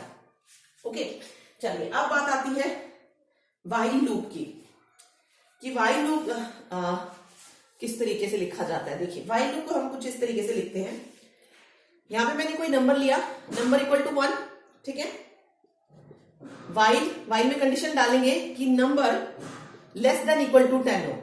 ठीक है, उसके बाद यहाँ पे 1 मिनट कॉलन आएगा, ठीक, उसके बाद आएगा प्रिंट, क्या कर दे, नंबर को प्रिंट कर दे, एंड उसके बाद नंबर प्लस इक्वल टू 1। अब इसका बताया मैंने मीनिंग, क्या होता है इसका meaning, number equal to number plus 1 होता है इसको लिखने का तरीका। ओके, चलिए इसको चेक करते हैं। नंबर की वैल्यू है 1, कंडीशन डाली कि 1 लेस देन इक्वल टू 10 है। यहाँ पे चेक कीजिए, क्या 1 लेस देन है 10 से? बिल्कुल लेस है, तो प्रिंट क्या हो जाएगा? नंबर प्रिंट हो जाएगा, यानी कि 1 प्रिंट हमें होके मिल जाएगा। ठीक है, उसके बाद वैल्यू जो है इंक्रीज हो रही है नंबर की। नंबर में क्या जा रहा है? नंबर प्लस 1, यानी कि नंबर में नंबर की वैल्यू 1, 1 प्लस 1 2 वैल्यू आ गई अब। ठीक है, फिर इस 2 को अगेन चेक करेंगे, तो हमारा लूप तब तक चलता रहेगा जब तक हमारी कंडीशन ट्रू है। जैसे ही कंडीशन फॉल्स होगी आगे वो प्रिंट नहीं करेगा, क्या होगा? लूप को एग्जिट कर जाएगा। ठीक है, तो ये कुछ इस तरीके से चलता है। ओके, चलिए 2 को चेक कर लीजिए, क्या 2 लेस देन 10 है? तो बिल्कुल है, तो क्या करेगा? प्रिंट कर देगा उस नंबर को, तो 2 प्रिंट होके मिल जाएगा। उसके बाद अगेन इंक्रीज होगी वैल्यू, इस बार नंबर की वैल्यू कितनी हो चुकी है? 2 हो चुकी है, तो 2 प्लस 1 कितना बना? 3 बना। ठीक है, फिर इस 3 को चेक करेगा कंडीशन के साथ, क्या 3 लेस देन 10 है? तो बिल्कुल है, तो 3 प्रिंट हो जाएगा। तो इस तरीके से ये चलता जाएगा। ओके, चलिए 9 तक चला गया। ठीक है, हम यहाँ पे चेक करेंगे, क्या 9 लेस देन 10 है? तो बिल्कुल है, तो नंबर मेरा प्रिंट हो जाएगा। और उसके बाद नंबर की वैल्यू 9 से कितनी हो जाएगी? इंक्रीज होके 10 हो जाएगी। ठीक है, तो फिर हम अगेन 10 को चेक करेंगे, क्या 10 लेस देन 10 है? बिल्कुल नहीं है, क्योंकि इक्वल टू तो है लेकिन लेस देन नहीं है। उस टाइम क्या होगा? नंबर प्रिंट नहीं होगा, सिर्फ 9 तक ही नंबर प्रिंट होंगे। ठीक है, 3 से 1 2 3 4 5 6 7 8 9 तक नंबर प्रिंट होंगे, 10 प्रिंट नहीं होगा उस कंडीशन में, क्योंकि पहले ही कंडीशन फॉल्स हो गई है प्रिंट होने से पहले ही। ओके, तो ये वाइल लूप जो है लगता है पाइथन में। ओके, बाकी सी प्लस में भी ये सेम तरीके से ही काम करते हैं। कोई भी और प्रोग्रामिंग लैंग्वेज है, लूप्स का यही काम होता है और सेम तरीके से ये काम करते हैं। ठीक, चलिए अब आता है नेस्टेड लूप। नेस्टेड लूप का मतलब क्या है? जब हम लूप को दूसरे लूप के अंदर लिखते हैं, ठीक है, ऑलरेडी कोई लूप है और उसको किसी और लूप के अंदर लिख रहे हैं, तो वो हमारा नेस्टेड लूप हो जाता है। और ऐसा सभी प्रोग्रामिंग लैंग्वेजेस में होता है, सी प्लस प्लस। ठीक है, चलिए ये नेस्टेड लूप होता है, तो ये बस याद रखिए। डू वाइल नहीं होता है इसमें। सी में जैसे सी हो गया सी प्लस प्लस, उसमें फॉर वाइल, डू वाइल, इस तरीके से लूप होते हैं, और यहाँ पे नेस्टेड लूप होता है। ओके, चलिए नेक्स्ट टॉपिक देखते हैं हम। अब इसी में जंप स्टेटमेंट भी आती है। ठीक है, कि हम लूप को किसी तरीके से एग्जिट करना चाहते हैं। हम जो है मतलब ये नहीं चाहते कि हम सभी कंडीशंस को चेक करें। मैं चाहती हूं कि मैं एक कंडीशन को छोड़ दूं और वो कंडीशन चेक ना हो, तो वो किस तरीके से होगा? अगर हम उसमें जंप स्टेटमेंट डालेंगे तो हम उस कंडीशन को क्या कर सकते हैं? स्किप कर सकते हैं, या हम डायरेक्टली क्या कर सकते हैं? कंडीशन को फॉल्स हुए बिना फॉर लूप से बाहर आ सकते हैं। क्योंकि मैंने आपको बताया जब तक कंडीशन ट्रू है हमारा फॉर लूप भी चलता रहेगा, व्हाइल लूप भी चलता रहेगा। लेकिन मैं चाहती हूं कि कंडीशन फॉल्स होने से पहले ही मैं लूप को एग्जिट कर जाऊं। ठीक है, तो वो किस तरीके से करते हैं? वहां पर जंप स्टेटमेंट जो है काम आती है। चलिए देखते हैं। ओके, एक मिनट।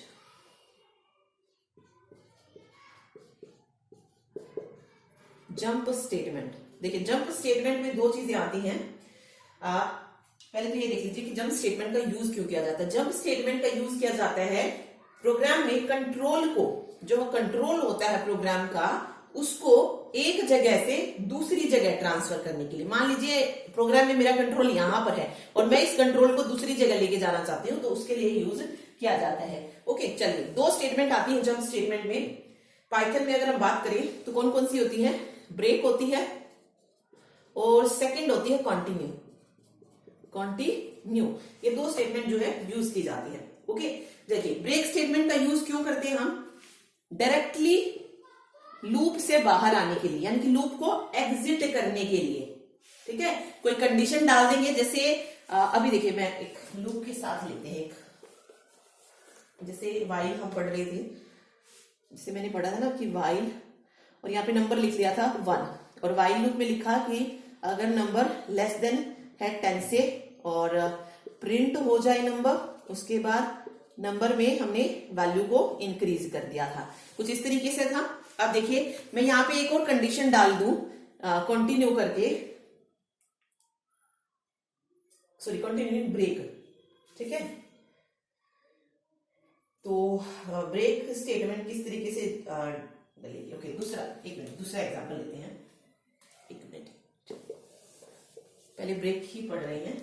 तो ब्रेक में जैसे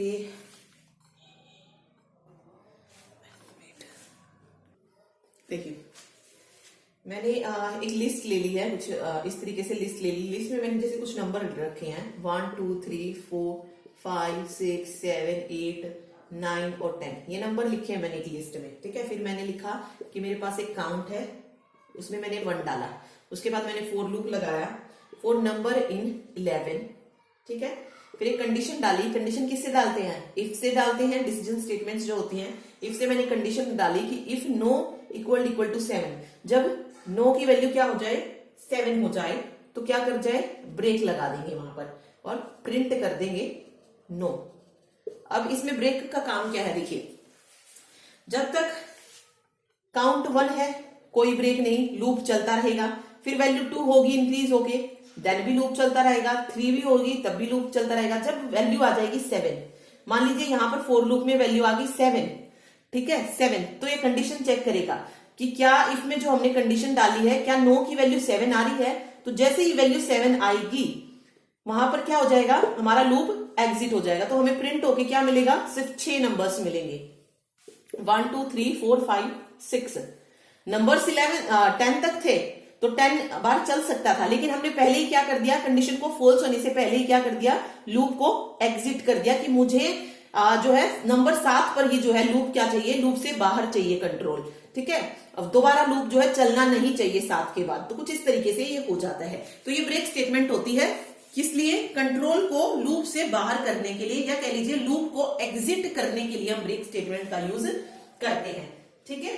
तो 6 तक हमें प्रिंट होकर इसमें वैल्यू मिलेगी। और यहीं पर अगर मैं ये करती, मान लीजिए मैं लिस्ट नहीं भी लेती और कंडीशन डाल देती कि नंबर जो हो वो लेस देन 11 ही रहे, ठीक है, और ब्रेक ये कंडीशन ना डाल के सिंपल होता तो तब नंबर कहां तक प्रिंट होते, 10 तक प्रिंट होते, 7 8 9 10। बट यहां पे मैंने कंडीशन डाल दी कि मुझे 7 तक ही चाहिए तो 6 तक ही प्रिंट होगी, ठीक। चलिए अब एक और स्टेटमेंट है इसमें कंटिन्यू। कंटिन्यू का यूज किया जाता है इटरेशन को स्किप करने के लिए। किसको, इटरेशन को स्किप करने के लिए। सेम एग्जांपल लेते हैं, ओके एक मिनट। यहां पे हमने लिखा फोर नंबर जो है वो कितना रहना चाहिए, लेस देन 11 रहना चाहिए, ठीक है। और मैंने कंडीशन डाल दी कि if number equal to 5 and then continue कर दिया, कंटिन्यू एंड उसके बाद प्रिंट नो, ठीक। इसमें देखिए पहले 1 को चेक करेगा, बिल्कुल सही है, कंडीशन ट्रू होगी तो प्रिंट 1 हो जाएगा। फिर इंक्रीमेंट होगा, 2 वैल्यू प्रिंट हो जाएगी, 3 भी हो जाएगी, 4 भी हो जाएगी। अब जब नंबर 5 हो जाएगा, ठीक है, तो कंडीशन चेक करेगा क्या 5 इक्वल टू 5 है, तो बिल्कुल है। कंटिन्यू, यहां पे ये कंटिन्यू क्या करेगा, इस लूप से एग्जिट नहीं करेगा, इस नंबर को प्रिंट नहीं करेगा, ठीक है। क्या करेगा, जो कंडीशन डाली है उस नंबर को प्रिंट नहीं करेगा, नेक्स्ट वाला इंक्रीमेंट होके जो है वैल्यू चेक करेगा। तो अगली वैल्यू 6 हो जाएगी हमारी, तो 6 7 8 9 और 10 तक प्रिंट हो जाएगा, ओके। तो कंटिन्यू में क्या होता है, एक वैल्यू को स्किप करने के लिए, या कह लीजिए इटरेशन को स्किप करने के लिए कंटिन्यू स्टेटमेंट का यूज किया जाता है। होप सो समझ आ गया होगा, ओके। जब स्टेटमेंट दोनों किस तरीके से यूज होते हैं, देखिए ब्रेक होती है लूप से बाहर आने के लिए, कंटिन्यू होती है किसी स्टेटमेंट को एग्जिट करने के लिए जो कंडीशन में डाली गई है, मतलब उसको स्किप करने के लिए, सॉरी, ताकि वो प्रिंट ना हो, सिर्फ इसलिए यूज होती है। तो ये जब स्टेटमेंट होती है किसमें, पाइथन में, ठीक। चलिए आगे बढ़ते हैं। आगे इसमें जो मैंने चार, तो अब चलिए पढ़ते हैं स्ट्रिंग, लिस्ट, टपल और डिक्शनरी के बारे में। तो सबसे पहले हम स्ट्रिंग को पढ़ रहे हैं कि स्ट्रिंग क्या होता है, ठीक है। ये पाइथन का डाटा टाइप होता है स्ट्रिंग। तो देखिए स्ट्रिंग क्या होती है, सीक्वेंस ऑफ कैरेक्टर्स होती है, जिसको हम या तो सिंगल कोट में रखते हैं या डबल कोट में रखा जाता है। फॉर एग्जाम्पल सीक्वेंस ऑफ क्या बोल रहे हैं, सीक्वेंस ऑफ कैरेक्टर्स। अब ये लिखा मैंने 5, ये क्या है, सिर्फ एक कैरेक्टर है, ओके। अगर मैं यहां पर लिखूं 5 6 5 और इसको डबल कोट में रखूं या सिंगल कोट में रखूं, तो ये क्या कहलाएगा, ये स्ट्रिंग कहलाएगा, ठीक है। अब स्ट्रिंग को लिखने के भी रूल होते हैं कि स्ट्रिंग में जो है किसी भी तरीके का डाटा टाइप हो सकता है, सॉरी स्ट्रिंग में मतलब नंबर्स भी हो सकते हैं। स्ट्रिंग जो है वो नंबर्स से भी बन सकता है, अल्फाबेट से भी बन सकता है और स्पेशल सिंबल से भी बन सकता है, लेकिन वो स्ट्रिंग कब कहलाएगा, जब या तो वो डबल कोट के अंदर रखा जाए या वो सिंगल कोट के अंदर रखा जाए, तो उसको हम स्ट्रिंग बोलते हैं पाइथन में। क्योंकि पाइथन में कैरेक्टर नहीं होता है, कैरेक्टर को हम क्या रखते हैं, सिंगल कोट में रखते हैं, लेकिन पाइथन में कैरेक्टर नहीं होता है, स्ट्रिंग ही होता है। तो सिंगल कोट में भी जो कुछ आता है उसको भी हम स्ट्रिंग बोलते हैं, अगर वो कैरेक्टर्स का सीक्वेंस बन रहा है वहां पे तो, ठीक है। सिंगल को नहीं बोल सकते। अब मैंने अगर एक और चीज याद रखिए, एक 565 डबल कोट में है और एक 565 इस तरीके से है, तो इसमें से देखिए 565 जो डबल कोट में है वो तो स्ट्रिंग हो जाएगा, लेकिन जो सिंपल लिखा है 565 ये क्या है, ये इंटीजर हो जाएगा, नॉट स्ट्रिंग, ठीक है। तो ये याद रखिए, स्ट्रिंग की पहचान है कि स्ट्रिंग जो होता है कुछ इस तरीके से लिखा जाता है।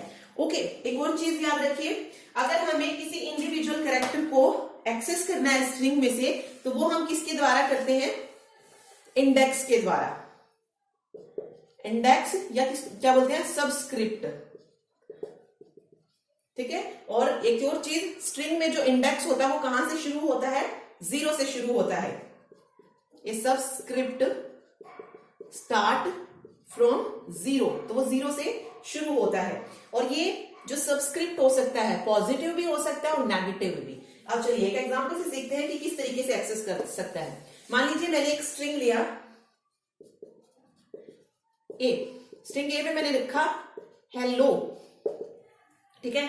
अभी मैंने आपको क्या कहा कि हम इंडिविजुअल कैरेक्टर को भी एक्सेस कर सकते हैं।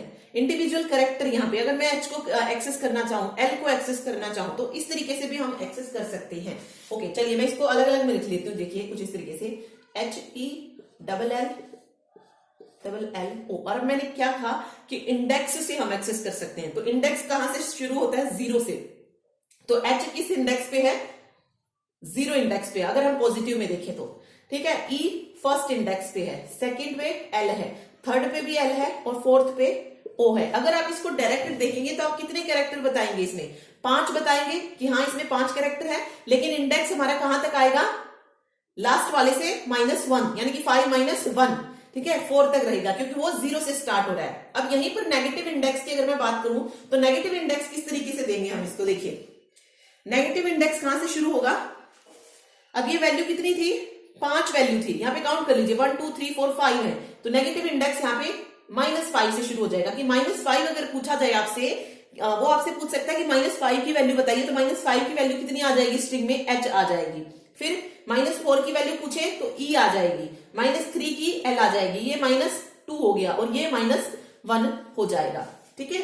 तो वो पॉजिटिव नेगेटिव किसी भी तरीके से क्वेश्चन में पूछ सकता है, तो आपको पता होना चाहिए कि पॉजिटिव किस तरीके से चलेगा और नेगेटिव किस तरीके से। पॉजिटिव चलेगा 0 से हमेशा, और नेगेटिव जितने नंबर्स हैं, मतलब जितने नंबर्स हैं वहां से नेगेटिव में चलेगा, माइनस में चलेगा, ठीक है। तो इस तरीके से अगर अब आपसे वो पूछे कि आप जो है स्ट्रिंग में थर्ड इंडेक्स पे, थर्ड नंबर पे बताइए कौन सा है, थर्ड नंबर पे अगर आप देखेंगे तो एल है, ठीक है। फोर्थ पे पूछे तो ओ है, या फिर आपसे पूछे -4 पे कौन सा है तो ई है। तो इस तरीके से हम स्ट्रिंग में जो है इंडिविजुअल जो कैरेक्टर होता है उसको भी एक्सेस कर सकते हैं। और किससे एक्सेस कर सकते हैं, इंडेक्स या सबस्क्रिप्ट के द्वारा हम उसको एक्सेस कर सकते हैं। ओके, चलिए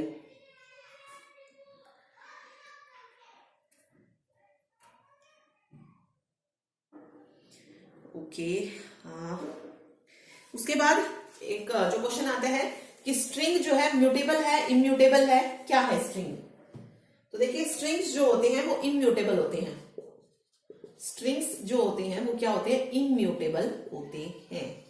इम्यूटेबल का मतलब क्या होता है कि जो कंटेंट होता है स्ट्रिंग के अंदर हम उसको चेंज नहीं कर सकते, कैन नॉट बी चेंज्ड, यानी कि जो कंटेंट है उसके अंदर वही रहेगा। अगर हमने उसे चेंज करने की कोशिश की किसी भी प्रोग्राम में तो हमें एरर मिल जाएगी आउटपुट में, तो उसके कंटेंट को हम चेंज नहीं कर सकते हैं। तो इसीलिए स्ट्रिंग क्या कैसा होता है, इम्यूटेबल होता है, जिसको हम चेंज नहीं कर सकते हैं। ओके, चलिए याद रखिए इसको। अब देखिए बहुत सारी चीजें होती हैं स्ट्रिंग में, हम ट्रेवर्स कर सकते हैं किसी स्ट्रिंग को। ओके, स्ट्रिंग में कुछ ऑपरेशन भी लगते हैं, जैसे कनकैटिनेशन ऑपरेशन लगता है। कनकैटिनेशन स्ट्रिंग में ऑपरेशन देख लेते हैं, ये इंपॉर्टेंट है क्योंकि पूछ सकते हैं ऑपरेशन। जैसे प्लस है, कनकैटिनेशन ऑपरेटर बोलेंगे इसको, कनकैटिनेशन। ये किस तरीके से काम करेगा, जैसे मैंने लिखा ये प्रोग्राम मेरे पास ये है सेव प्लस अर्थ, तो इसकी आउटपुट मुझे कैसे मिलेगी? इसकी आउटपुट मुझे कैसे मिलेगी? मुझे पता है ये स्ट्रिंग है, ठीक है, क्या है? स्ट्रिंग है, मान लीजिए ये लिख लीजिए ना, ये सेव अर्थ सिंगल कोट में है। अब मुझे पता है कि क्या है, स्ट्रिंग है और प्लस आ रहा है इनके बीच में, तो ये क्या है? कंकैटिनेशन ऑपरेटर है। इसकी जो आउटपुट आएगी वो मुझे किस तरीके से मिल जाएगी? सेव अर्थ, यानी कि प्लस का साइन हट जाएगा और इन दोनों को जोड़ दिया जाएगा इस तरीके से, ठीक है। तो ये होता है स्ट्रिंग कंकैटिनेशन। ओके, उसके बाद एक और, ये तो कंकैटिनेशन के लिए यूज होता है प्लस, ऐसे एक मल्टीप्लाई होता है स्टार, ये रेपिटेशन के लिए यूज होता है। किसके लिए? रेपिटेशन। मैंने लिखा ना सेव अर्थ, तो इसको क्या करेगा वो 3 जितनी टाइम भी आप रिपीट करना चाहिए, जैसे मैंने लिखा 3 इंटू सेव अर्थ की, यानी कि सेव अर्थ मुझे कितनी बार प्रिंट होके मिलेगा? 3 टाइम्स प्रिंट होके मिल जाएगा, save earth save earth save earth, इस कुछ इस तरीके से। ओके, या एक लाइन में मिल जाएगा। अगर हम ये डालेंगे एस्केप सीक्वेंस, तो ये न्यू लाइन के होता है, तो हमें 1 बाय 1 लाइन में मिलेगा, अदरवाइज ये एक ही लाइन में save earth save earth save earth इस तरीके से मिलेगा, ठीक। तो ये रेपिटेशन होता है, रेपिटेशन ऑपरेशन होता है किसमें? पाइथन में, ठीक। चलिए, इतना याद रखिए। इसमें पॉजिटिव इंडेक्स नेगेटिव इंडेक्स मैंने आपको बता दिया है, म्यूटेबल है इम्यूटेबल है ये भी हमने डिस्कस कर लिया है। ओके, चलिए, कुछ मेथड्स भी होते हैं स्ट्रिंग में, वो देख लेते हैं। ये मेथड्स जो है किसमें काम आएंगे? जो प्रोग्राम्स पूछे जाते हैं पुलिस के एग्जाम में, उसमें काम आएंगे। चलिए देखिए, स्ट्रिंग में मेथड्स आते हैं लेंथ, LEN। ये फंक्शन क्यों यूज किया जाता है? ये जो क्या रिटर्न करेगा? Length of the string. आपसे पूछ सकते हैं हम कि स्ट्रिंग की लेंथ जानने के लिए हम किसका यूज करते हैं? तो LEN फंक्शन का यूज किया जाता है। किसकी लेंथ जानने के लिए? स्ट्रिंग की, ठीक है। फॉर एग्जाम्पल मैंने लिखा A equal to save earth, ठीक है, एंड उसके बाद print LEN A, length of A print करानी है हमें। तो यहां पे राइट आंसर क्या हो जाएगा? कितनी लेंथ निकलेगी? इसमें जो स्पेस आता है उसको भी लेंगे हम, ठीक है। सेव अर्थ के बीच में जो स्पेस आप देख रहे हैं उसको भी जो है हम साथ में लेंगे। तो कितना हो जाएगा? ये जो इन्वर्टेड कोमास है इनको नहीं किया जाता काउंट। 1 2 3 4 स्पेस हो गया 5 6 7 8 9 और 10, ठीक है। तो यहां से आउटपुट क्या मिलेगी? लेंथ कितनी मिल जाएगी? A की 10 मिल जाएगी। ये LEN फंक्शन कुछ इस तरीके से काम करता है। ओके, चलिए, अब एक कैपिटलाइज फंक्शन होता है, LN फंक्शन हमने पढ़ लिया। अब इसी में आता है एक कैपिटलाइज। अब कैपिटलाइज के नाम से तो पता ही चल रहा है कि कैपिटलाइज क्या करेगा? रिटर्न करेगा exact copy of the string with the first letter in upper case. पहले लेटर को क्या कर देगा? Upper case. फॉर एग्जाम्पल मैंने लिखा STR इक्वल टू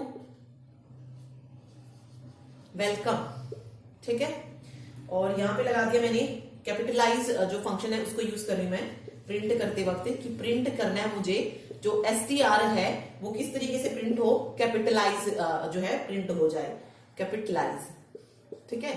तो यहां से मुझे इसके आउटपुट क्या मिलेगी? सेम आपको ऐसे ही आपको क्या देंगे वो ये प्रोग्राम जो है कुछ इस तरीके का दे सकते हैं। अब यहां से आउटपुट देखिए मुझे क्या मिलेगी। क्या करेगा? जो भी स्ट्रिंग में होगा उसके फर्स्ट कैरेक्टर को क्या कर देगा? अपर केस में कर देगा, कैपिटलाइज ये करता है। तो यहाँ पे शॉर्ट में था तो W, बाकी सभी के सभी किस में रहेंगे? स्मॉल लेटर में रहेंगे। तो ये आउटपुट हमें मिल जाएगी वेलकम की, ठीक है। इसी तरीके से और भी फंक्शंस इसमें बहुत सारे होते हैं। इज अल्फा फंक्शन होता है, इज डिजिट होता है। ओके, जो मेन है वो करते हैं। अभी जैसे लोअर केस आया तो लोअर केस में क्या करेगा ये? अगर मैं लोअर केस का यूज कर रही हूं लोअर, तो जितने भी वर्ड्स हैं उनको क्या कर देगा? लोअर केस में कर देगा। जैसे मैंने अगर ये लिख रखा है सेव अर्थ, जितने भी लेटर्स हैं उनको सभी को किस में कर देगा? स्मॉल लेटर में, यानी कि सेव अर्थ, इस तरीके से हो जाएगा। ओके ओके, एक अपर होता है जो कि क्या करता है, सभी को अपर केस में कर देता है। अगर जैसे यहाँ पे वेलकम है तो यहाँ पे ये क्या करेगा, सभी को अपर केस में कर देगा, वेलकम। देखिए कैपिटलाइज में तो सिर्फ पहले वर्ड को कैपिटल करता है, लेकिन अपर केस में पूरे वर्ड को वो क्या कर देता है, अपर केस में कर देता है, कैपिटल लेटर्स में कर देता है। ठीक है, तो ये याद रखिए इसमें।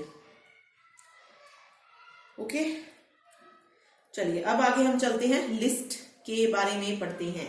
नेक्स्ट जो है लिस्ट, लिस्ट के बारे में जानेंगे कि लिस्ट में को किस तरीके से शो किया जाता है। देखिए, list is also a sequence of data type.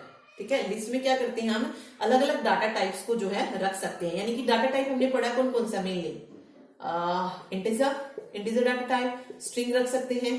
ठीक है, कॉम्प्लेक्स या फ्लोट, जो भी टाइप हम रखना चाहें वो रख सकते हैं। तो एक एग्जांपल लेते हैं। एक और चीज याद रखिए, लिस्ट को हमेशा हम जो स्क्वायर ब्रेसेस होती है उसके अंदर रखते हैं। जैसे मैंने लिखा लिस्ट 1, मैंने एक लिस्ट बनाई लिस्ट 1 और मैं इसमें लिख रही हूं, तो शुरुआत स्क्वायर ब्रेसेस से शुरू करेंगे। और सबसे पहले मैंने लिखा हेलो, हेलो। उसके बाद मैंने लिखा 200। ठीक है, उसके बाद लिखा मैंने इंडिया। ठीक, अब जितने भी डाटा है, जो भी डाटा है, उसको हम किससे सेपरेट करेंगे, लिस्ट में। पहली बात तो ये पूछ सकते हैं, तो लिस्ट को हमेशा, लिस्ट में जो भी डाटा होता है उसको सेपरेट किया जाता है किससे, कोमा से। लिस्ट को में जो डाटा होता है किसके अंदर रखा जाता है, स्क्वायर ब्रैकेट्स के अंदर होता है। ओके, अब यहाँ पे मैंने बताया कि लिस्ट में हम अलग अलग टाइप का डाटा रख सकते हैं। फॉर एग्जाम्पल, अगर आप हेलो देखेंगे तो डबल कोट में है, तो हम इसका डाटा टाइप बता सकते हैं। कौन सा डाटा टाइप है, स्ट्रिंग डाटा टाइप है। ओके, 200 ये ना तो सिंगल में कोट में है ना डबल कोट में है, सिंगल कोट कर लीजिए। 200 किसी में भी नहीं है तो ये इंटीजर डाटा टाइप हो जाएगा, और इंडिया सिंगल कोट में है तो ये भी स्ट्रिंग डाटा टाइप हो जाएगा। तो अलग अलग डाटा टाइप्स को हम लिस्ट में डाल सकते हैं। जो भी डाटा होगा उसको हम कोमे से सेपरेट करते हैं, स्क्वायर ब्रेसेस के अंदर ये रखा जाता है। ओके, 2-3 पॉइंट इसके से रिलेटेड जो है आप याद रखिए। ये अब आता है, क्या लिस्ट म्यूटेबल होती है, इम्यूटेबल होती है। लिस्ट किस तरीके की होती है, तो लिस्ट जो होती है वो म्यूटेबल होती है, यानी कि चेंजेबल होती है।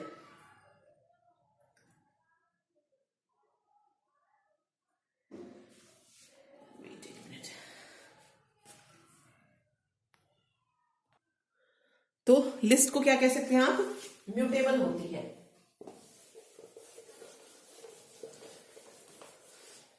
लिस्ट कैसी होती है, म्यूटेबल मींस चेंजेबल होती है। मतलब हम कंटेंट को क्या कर सकते हैं, चेंज कर सकते हैं, ऑर्डर को चेंज करते हैं। सॉरी, ऑर्डर सीक्वेंस होती है एलिमेंट्स की ये। ओके, जो भी एलिमेंट होगा inside of A list, list के अंदर जो भी एलिमेंट होगा उसको किस नाम से जाना जाता है, आइटम के नाम से। जो हम मैं डाटा बोल रही थी उसको आइटम कहते हैं लिस्ट के अंदर। ओके, और लिस्ट को हमेशा स्क्वायर ब्रैकेट्स के अंदर रखा जाता है। तो ये मैंने आपको बता ही दिया था। ठीक, बस इतना ही इसमें याद रखिए। इसमें अभी कुछ फंक्शंस होते हैं, जैसे रिमूव फंक्शन होता है, किसी चीज को अगर आप रिमूव करना चाहते हैं। पॉप फंक्शन होता है जो रिमूव कर देता है लास्ट आइटम को। डिलीट कीवर्ड है जो रिमूव करता है स्पेसिफिक इंडेक्स या एंटायर लिस्ट को। ठीक है, तो इसमें जो मेथड्स होते हैं, जैसे सबसे पहले इसमें रिमूव होता है, क्योंकि ये प्रोग्राम में यूज किए जा सकते हैं, रिमूव। ठीक है, तो रिमूव किस तरीके से काम करेगा, मुझे जो है मतलब किसी को चीज को रिमूव करना है। मैंने लिखा है यहाँ पे 15, 1, 12, 13 और हेलो। ठीक है, अब मैं लिख रही हूं कि ये मैंने एक नाम दे दिया इसको L1। ठीक है, और आगे मैंने लिखा कि L1 डॉट रिमूव फंक्शन को यूज कर दिया कि क्या रिमूव हो जाए, इनमें से 12 जो है वो रिमूव हो जाए। ठीक है, एंड देन प्रिंट हो जाए L1। ठीक, तो अब यहां से आउटपुट क्या मिलेगा मुझे, यहां से क्या रिमूव हो जाएगा, 12 रिमूव हो जाएगा, और आउटपुट क्या मिल जाएगा, सिंपल 15, 1, 13 हेलो। यानी कि जो लिस्ट होगी वो रिमूव होके मुझे मिल जाएगी। ये सिंपल होता है रिमूव फंक्शन। ओके, अब दूसरा क्या होता है, delete a function. Delete function क्या करता है, सॉरी डिलीट नहीं, पॉप, पहले पॉप पढ़ते हैं। पॉप मेथड क्या करता है, रिमूव करता है लास्ट आइटम को, जैसे लिखा ना पॉप। इसमें तो हमने बताया कि हाँ भाई हम इसको रिमूव करना चाहते हैं। पॉप में हमें ये बताने की जरूरत नहीं है, सिंपल L1 एक लिस्ट ली मैंने और एक मैंने जो है फंक्शन लगा दिया यहाँ पे पॉप, ठीक है। तो अब मुझे और प्रिंट हो जाए L1, सिंपल ऐसे लिख दीजिए, फिर प्रिंट L1, पॉप लगा दिया यहाँ पे, ठीक है। पॉप क्या करेगा, पॉप मेथड रिमूव करेगा लास्ट आइटम को। अभी इसमें लास्ट आइटम देख लीजिए क्या है, हेलो है, तो मुझे आउटपुट क्या मिलेगी, आउटपुट में मुझे सिर्फ 15, 1, 12 और 13 ही तो मिलेगा। लास्ट आइटम हमारा रिमूव हो जाएगा पॉप से, ठीक है। तो ये, और समटाइम ये भी होता है कि प्रोग्राम में वो 2 बार पॉप लगा दे। मान लीजिए एक बार लिस्ट 1 में पॉप लगाया तो एक आइटम चला गया, अगेन पॉप लगा दिया तो 13 चला गया, अगेन लगा रहे हैं तो 12 चला गया, तो लास्ट आइटम जो है वो डिलीट होता जाता है, रिमूव होता जाता है। तो ये हमारा पॉप फंक्शन काम करता है, ठीक। चलिए अब आता है नेक्स्ट फंक्शन, इसमें डिलीट। डिलीट ये क्या करता है, देखिए प्रिंट L1, एक लिस्ट बन ली है ऐसे ही, और डिलीट कीवर्ड जो होता है वो रिमूव करता है स्पेसिफाइड इंडेक्स और एंटायर लिस्ट को।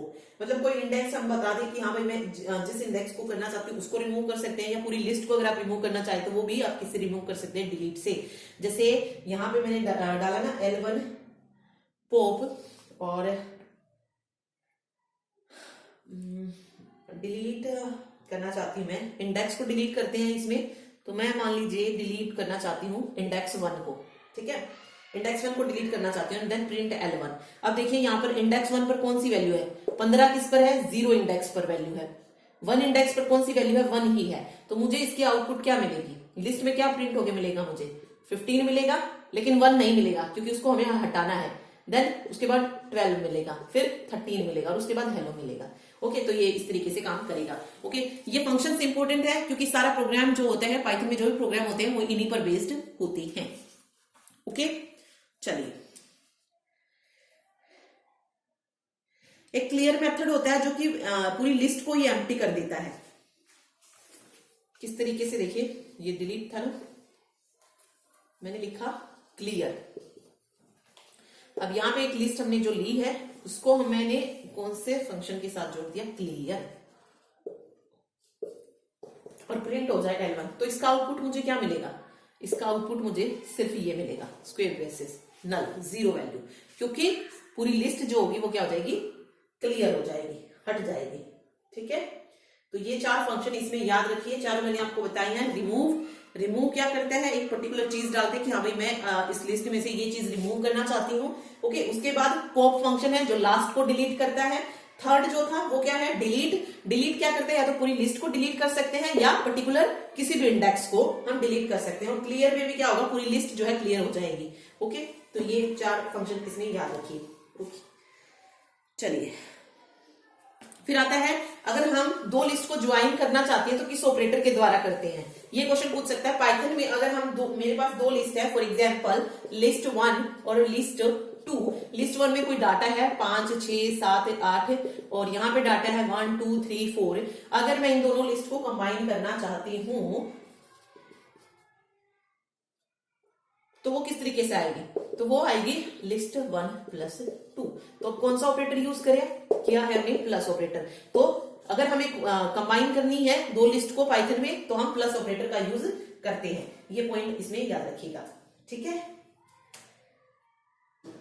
ओके, चलिए लिस्ट भी जो है हमारा हो गया है। नेक्स्ट टॉपिक चलते हैं। लिस्ट के बाद आता है टपल्स। क्या आता है, टपल्स। इसको हिंदी में भी यही बोलेंगे, टपल्स। टपल्स क्या होता है, कलेक्शन ऑफ ऑब्जेक्ट होता है जो कि ऑर्डर्ड होते हैं और इम्यूटेबल होते हैं। देखिए म्यूटेबल सिर्फ आई थिंक लिस्ट होता है, बाकी सारे इम्यूटेबल ही होते हैं। इम्यूटेबल यानी कि कोई चेंज नहीं कर सकते, ना स्ट्रिंग में ना टप्पल में। ठीक है, ये इम्यूटेबल होता है। ओके, टपल्स में जो सीक्वेंस होती है वो बिल्कुल लिस्ट की तरह ही होती है। बट लिस्ट में क्या होता है, होता लिस्ट की तरह ही है, लेकिन लिस्ट तो क्या होती है, म्यूटेबल होती है, चेंजेबल होती है, लेकिन टपल्स इम्यूटेबल होते हैं। ठीक, चलिए देखिए कुछ इस तरीके से ही डालते हैं।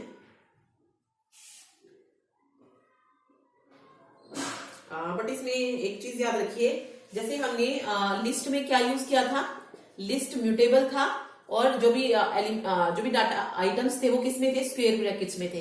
टप्पल्स में किस में होते हैं, इस ब्रेसेस में होते हैं, मीन्स पेरेंथीसिस के अंदर रखे जाते हैं। ये स्क्वायर ब्रेसेस, ये पेरेंथीसिस के अंदर होता है, ठीक है। तो याद रखिए पाइथन में भी जो है हम टप्पल की पाइथन में जो है हम लिस्ट की तरीके से ही टप्पल में भी क्या कर सकते हैं, अलग अलग जो आइटम्स होते हैं, अलग अलग डाटा टाइप्स के, जैसे मैंने बताया था ना, स्ट्रिंग का भी हो सकता है, फ्लोट भी हो सकता है, तो उनको स्टोर कर सकते हैं, ठीक है। और फर्क मैंने आपको बता दिया, लिस्ट जो होती है चेंजेबल होती है, यानी कि मॉडिफाई कर सकते हैं हम लिस्ट को, लेकिन टप्पल को हम मॉडिफाई नहीं कर सकते हैं, वो इम्यूटेबल होती है। और दूसरा स्क्वायर ब्रेसेस और पेरेंथीसिस का ध्यान रखिएगा। टप्पल में भी आइटम किससे सेपरेट करते हैं, कोमा से, और लिस्ट में भी आइटम को सेपरेट करते हैं कोमा से, ये दोनों में सेम होता है, ठीक है।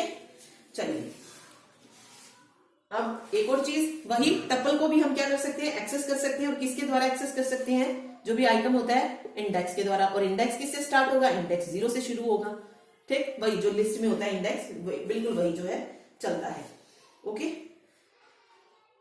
सेम एज इट इज जो है उसी की तरह होता है इसमें भी।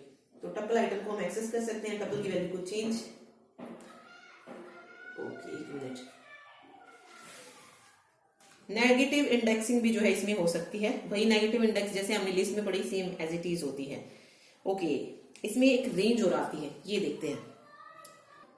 देखिए ये रेंज का चक्कर क्या है, ये रेंज के क्वेश्चन जो थे पूछा गया था शायद, हाँ क्लर्क का पेपर हुआ था या क्लर्क में पूछा गया था रेंज से रिलेटेड क्वेश्चन। देखिए रेंज किस तरीके से चलती है, रेंज में जो है आपको एक इनिशियल वैल्यू दी गई होगी, एक फाइनल वैल्यू दी गई होगी, ठीक है। हमें क्या करना होता है, जो रेंज दी गई होती है उसकी इनिशियल वैल्यू को तो लेते हैं, लेकिन फाइनल वैल्यू जो होती है उससे एक कम तक रखते हैं, उस फाइनल वैल्यू को उसमें ऐड नहीं किया जाता है। फॉर एग्जाम्पल देखिए एक प्रोग्राम लेके मैं आपको बताती हूँ। फॉर एग्जाम्पल मैंने लिखा माई टप्पल इक्वल टू, और यहाँ पे कुछ नाम लिख लिए, राम, ओके, उसके बाद टॉप और पोट, और नेक्स्ट मैंने लिखा टॉम। ये 4 नंबर्स मैंने लिखे हैं, ठीक है। और फिर आगे मैंने एक रेंज डाल दी कि क्या प्रिंट हो जाए, प्रिंट होके मुझे वैल्यू मिले माई टप्पल में, क्या वैल्यू प्रिंट हो जाए, 2 और :4, ये वैल्यू प्रिंट हो जाए। अब इसमें ये 2 जो है ये क्या है, इनिशियल वैल्यू है, इनिशियल, और ये 4 क्या है, फाइनल वैल्यू है। मैंने कहा इनिशियल वैल्यू को हम लेंगे लेकिन फाइनल वैल्यू को हम नहीं लेंगे, ठीक है, इनिशियल को लेंगे फाइनल को नहीं लेंगे।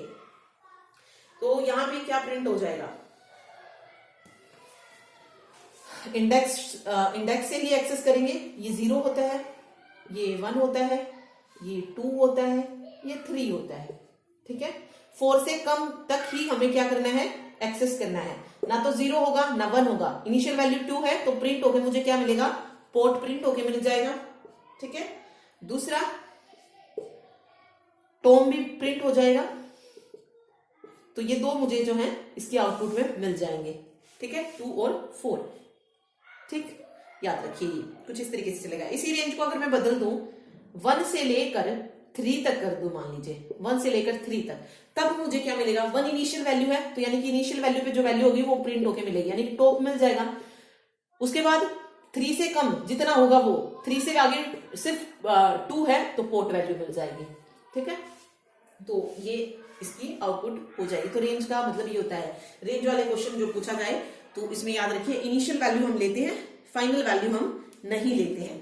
बाकी अगर आपको पाइथन के क्वेश्चन करने हैं प्रोग्रामिंग के, तो 1000 MCQ जो मैंने करवाए हैं उसमें मैंने आपको सभी तरीके के क्वेश्चन कराए हैं, जितने भी बनते हैं पाइथन में, तो वो जरूर करिएगा, ठीक है। प्रैक्टिस हो जाएगी। वहां पर भी मैंने आपको बताया रेंज किस तरीके से काम करती है, या अलग अलग टाइप्स जो होते हैं इसके वो किस तरीके से काम करते हैं, ठीक।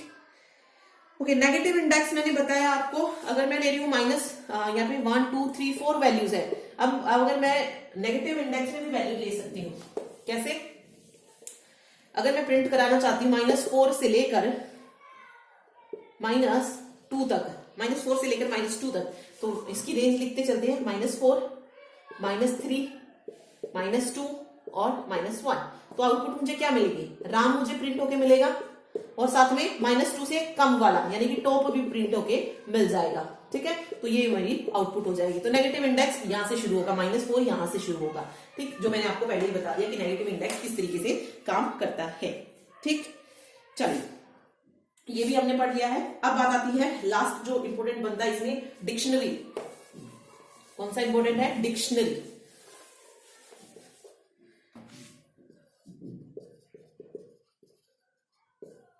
डिक्शनरी पे चलते हैं। Okay,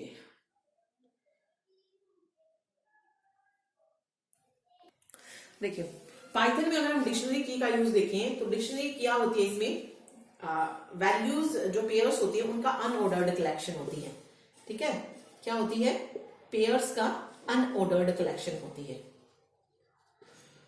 unordered collection. अब आता है डिक्शनरी म्यूटेबल है या इम्यूटेबल है, तो ये म्यूटेबल होती है, यानी कि हम इसमें क्या कर सकते हैं? मॉडिफाई कर सकते हैं।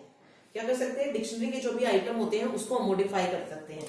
अब देखिए हमने क्या कौन कौन से म्यूटेबल पढ़े हैं। एक लिस्ट पढ़ा है हमने जिसमें मॉडिफाई कर सकते हैं, और दूसरा डिक्शनरी पढ़ा है। बाकी तीनों जैसे टप्पल हो गया या स्ट्रिंग हो गया, टप्पल स्ट्रिंग भी पढ़े हैं। ठीक है, तो ये दोनों क्या हो जाएंगे? टप्पल और स्ट्रिंग क्या हो जाएंगे? म्यूटेबल, सॉरी इम्यूटेबल हो जाएंगे, यानी कि कोई चेंज जो है उसमें नहीं हो सकता है। ठीक, तो लिस्ट और डिक्शनरी ऐसे हैं जिसमें चेंज हम कर सकते हैं। ओके, तो डिक्शनरी इतना याद रखिए। अब आता है, अब क्या फर्क है लिस्ट और डिक्शनरी में? ये तो सेम है कि ये भी चेंजेबल है, ये भी चेंजेबल है, यानी कि आप कह सकते हैं ये म्यूटेबल है और ये भी म्यूटेबल है। लिस्ट को हम स्क्वायर ब्रैकेट में रखते हैं, ठीक है, डिक्शनरी को हम कर्ली ब्रेसेस में रखते हैं। ओके, एक और पढ़ा हमने टप्पल। टप्पल को हम किस में रखते हैं? टप्पल को हम पेरेंथेसिस में रखते हैं। ये तीनों याद रखिए। उसके बाद यहां पर लिस्ट में जो भी आइटम्स होते थे उसको हम कोमे से सेपरेट करते थे, टप्पल में जो आइटम होते थे उसको हम कोमे से सेपरेट करते थे, लेकिन डिक्शनरी में जो आइटम होते हैं उसको हम किससे सेपरेट करते हैं? कोमा से सेपरेट नहीं करते हैं, कॉलन से सेपरेट किया जाता है। किससे? कॉलन से। ये कॉलन, ये कोमा और ये कोमा। ये छोटी छोटी चीजें वो आपसे पूछेगा कि डिक्शनरी में जो डाटा आइटम्स होते हैं उसको किससे सेपरेट किया जाता है? तो कॉलन से। टप्पल में पूछे तो कोमा से। ये चीजें याद रखिए। ओके, सेम वही है, डिक्शनरी के आइटम्स को हम क्या कर सकते हैं? एक्सेस कर सकते हैं। ठीक है, लेकिन की का यूज करके। ओके, एक और है, वहां पर हम किसका यूज करके एक्सेस कर रहे थे? सबस्क्रिप्ट का। यहाँ पे हम गेट फंक्शन के द्वारा जो है डिक्शनरी में से एक्सेस कर सकते हैं। ओके, याद रखिए, गेट फंक्शन के द्वारा भी हम डिक्शनरी में से एक्सेस कर सकते हैं, तो ये चीज इसमें याद रखिएगा। चलिए, अभी हम ऑलमोस्ट हमारा हो गया है, देख लेते हैं हमने इसमें क्या क्या पढ़ा है। अगर कुछ बचेगा तो वो हो जाएगा। पाइथन का इंट्रोडक्शन, फीचर पढ़े हमने, कमेंट्स हमने पढ़े थे, इसमें किस तरीके के कमेंट्स थे। ये वाला कमेंट था और दूसरा कौन सा था? ये था आई थिंक, हाँ ये वाला कमेंट था, मल्टी लाइन जो कमेंट था। ओके, ये सिंगल लाइन कमेंट है, ये मल्टी लाइन कमेंट है। उसके बाद हमने कीवर्ड्स पढ़े। कीवर्ड्स क्या होते हैं? रिजर्व्ड वर्ड्स होते हैं। ओके, वेरिएबल्स पढ़े। वेरिएबल्स दो तरीके के वेरिएबल होते हैं, म्यूटेबल और इम्यूटेबल। म्यूटेबल जो चेंज हो सके, इम्यूटेबल जो चेंज ना हो। ओके, और वेरिएबल्स के कुछ रूल्स हमने पढ़े कि वेरिएबल की नेमिंग किस तरीके से दी जाती है। वेरिएबल का नेम जो होता है, कोई अल्फाबेट हो सकता है, नंबर हो सकता है, अंडरस्कोर हो सकता है स्पेशल सिंबल में, लेकिन स्टार्टिंग जो होगी वो हमेशा अल्फाबेट और अंडरस्कोर से हो सकती है। नंबर से अगर शुरू होता है तो वो वेरिएबल का नेम वैलिड नहीं माना जाएगा।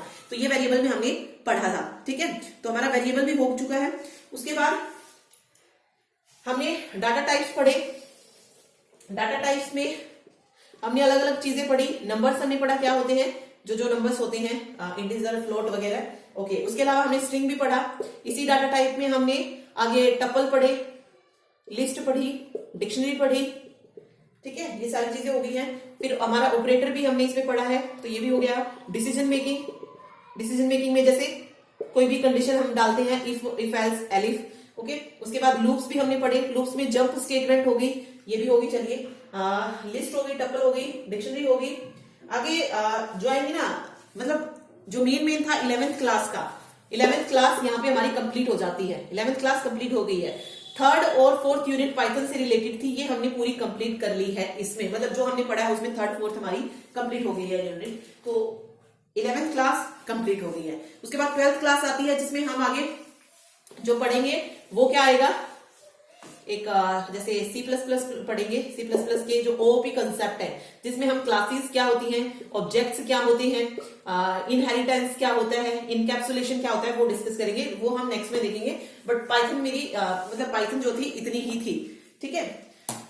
तो ये हम नेक्स्ट वीडियो में डिस्कस करेंगे आगे। ओके, एक और जो इसमें मेन बचता है, एक लैम्डा फंक्शन। पाइथन में एक लैम्डा फंक्शन पूछा जा सकता है, किसका यूज क्यों करते हैं लैम्डा फंक्शन का। देखिए, एक और चीज याद रखिए कि पाइथन में लैम्डा फंक्शन को नाम नहीं दिया जाता है, ठीक है। ये किस तरीके के फंक्शन होते हैं, अनोनिमस फंक्शन होते हैं। किस तरीके के, सॉरी, अनोनिमस फंक्शन होते हैं, जो कि कौन सा कीवर्ड यूज करके डिफाइन किए जाते हैं, लैम्डा कीवर्ड लैम्डा कीवर्ड का यूज करके डिफाइन किए जाते हैं। अब आपसे क्वेश्चन पूछेगा कि पाइथन में लैम्डा फंक्शन किस कीवर्ड से डिफाइन किया जाता है, तो लैम्डा कीवर्ड से ही डिफाइन किया जाता है। फॉर एग्जांपल, किस तरीके से इसको लिखा जाता है वो देख लेते हैं। जैसे इसको लिखने का तरीका होता है lambda argument colon and then expression, ठीक है। तो कोलन से हम शो करते हैं। फॉर एग्जाम्पल, मैंने लिखा sum equal to lambda a colon a plus 10 और प्रिंट हो जाए टोटल इक्वल टू सम 20, ठीक है। तो इस तरीके से लैम्डा को लिखा जाता है, लैम्डा कीवर्ड से ही। ओके, तो ये क्या करते हैं, ऑटोमेटिकली वैल्यू को रिटर्न कर देते हैं एग्जीक्यूट होने के बाद। एग्जीक्यूट होने के बाद क्या कर देते हैं, ऑटोमेटिकली वैल्यू रिटर्न कर देते हैं, जिसके कारण हमें रिटर्न कीवर्ड का यूज नहीं करना पड़ता है। बाकी जो अगर आप लैंग्वेज देखेंगे C हो गया, C++ हो गया, उसमें हम रिटर्न कीवर्ड यूज करते हैं, लेकिन लैम्डा यहाँ पर क्या करता है, ऑटोमेटिकली वैल्यू रिटर्न कर देता है। तो रिटर्न फंक्शन का हमें इसमें यूज नहीं करना पड़ता है। तो ये लैम्डा फंक्शन होता है, ठीक है।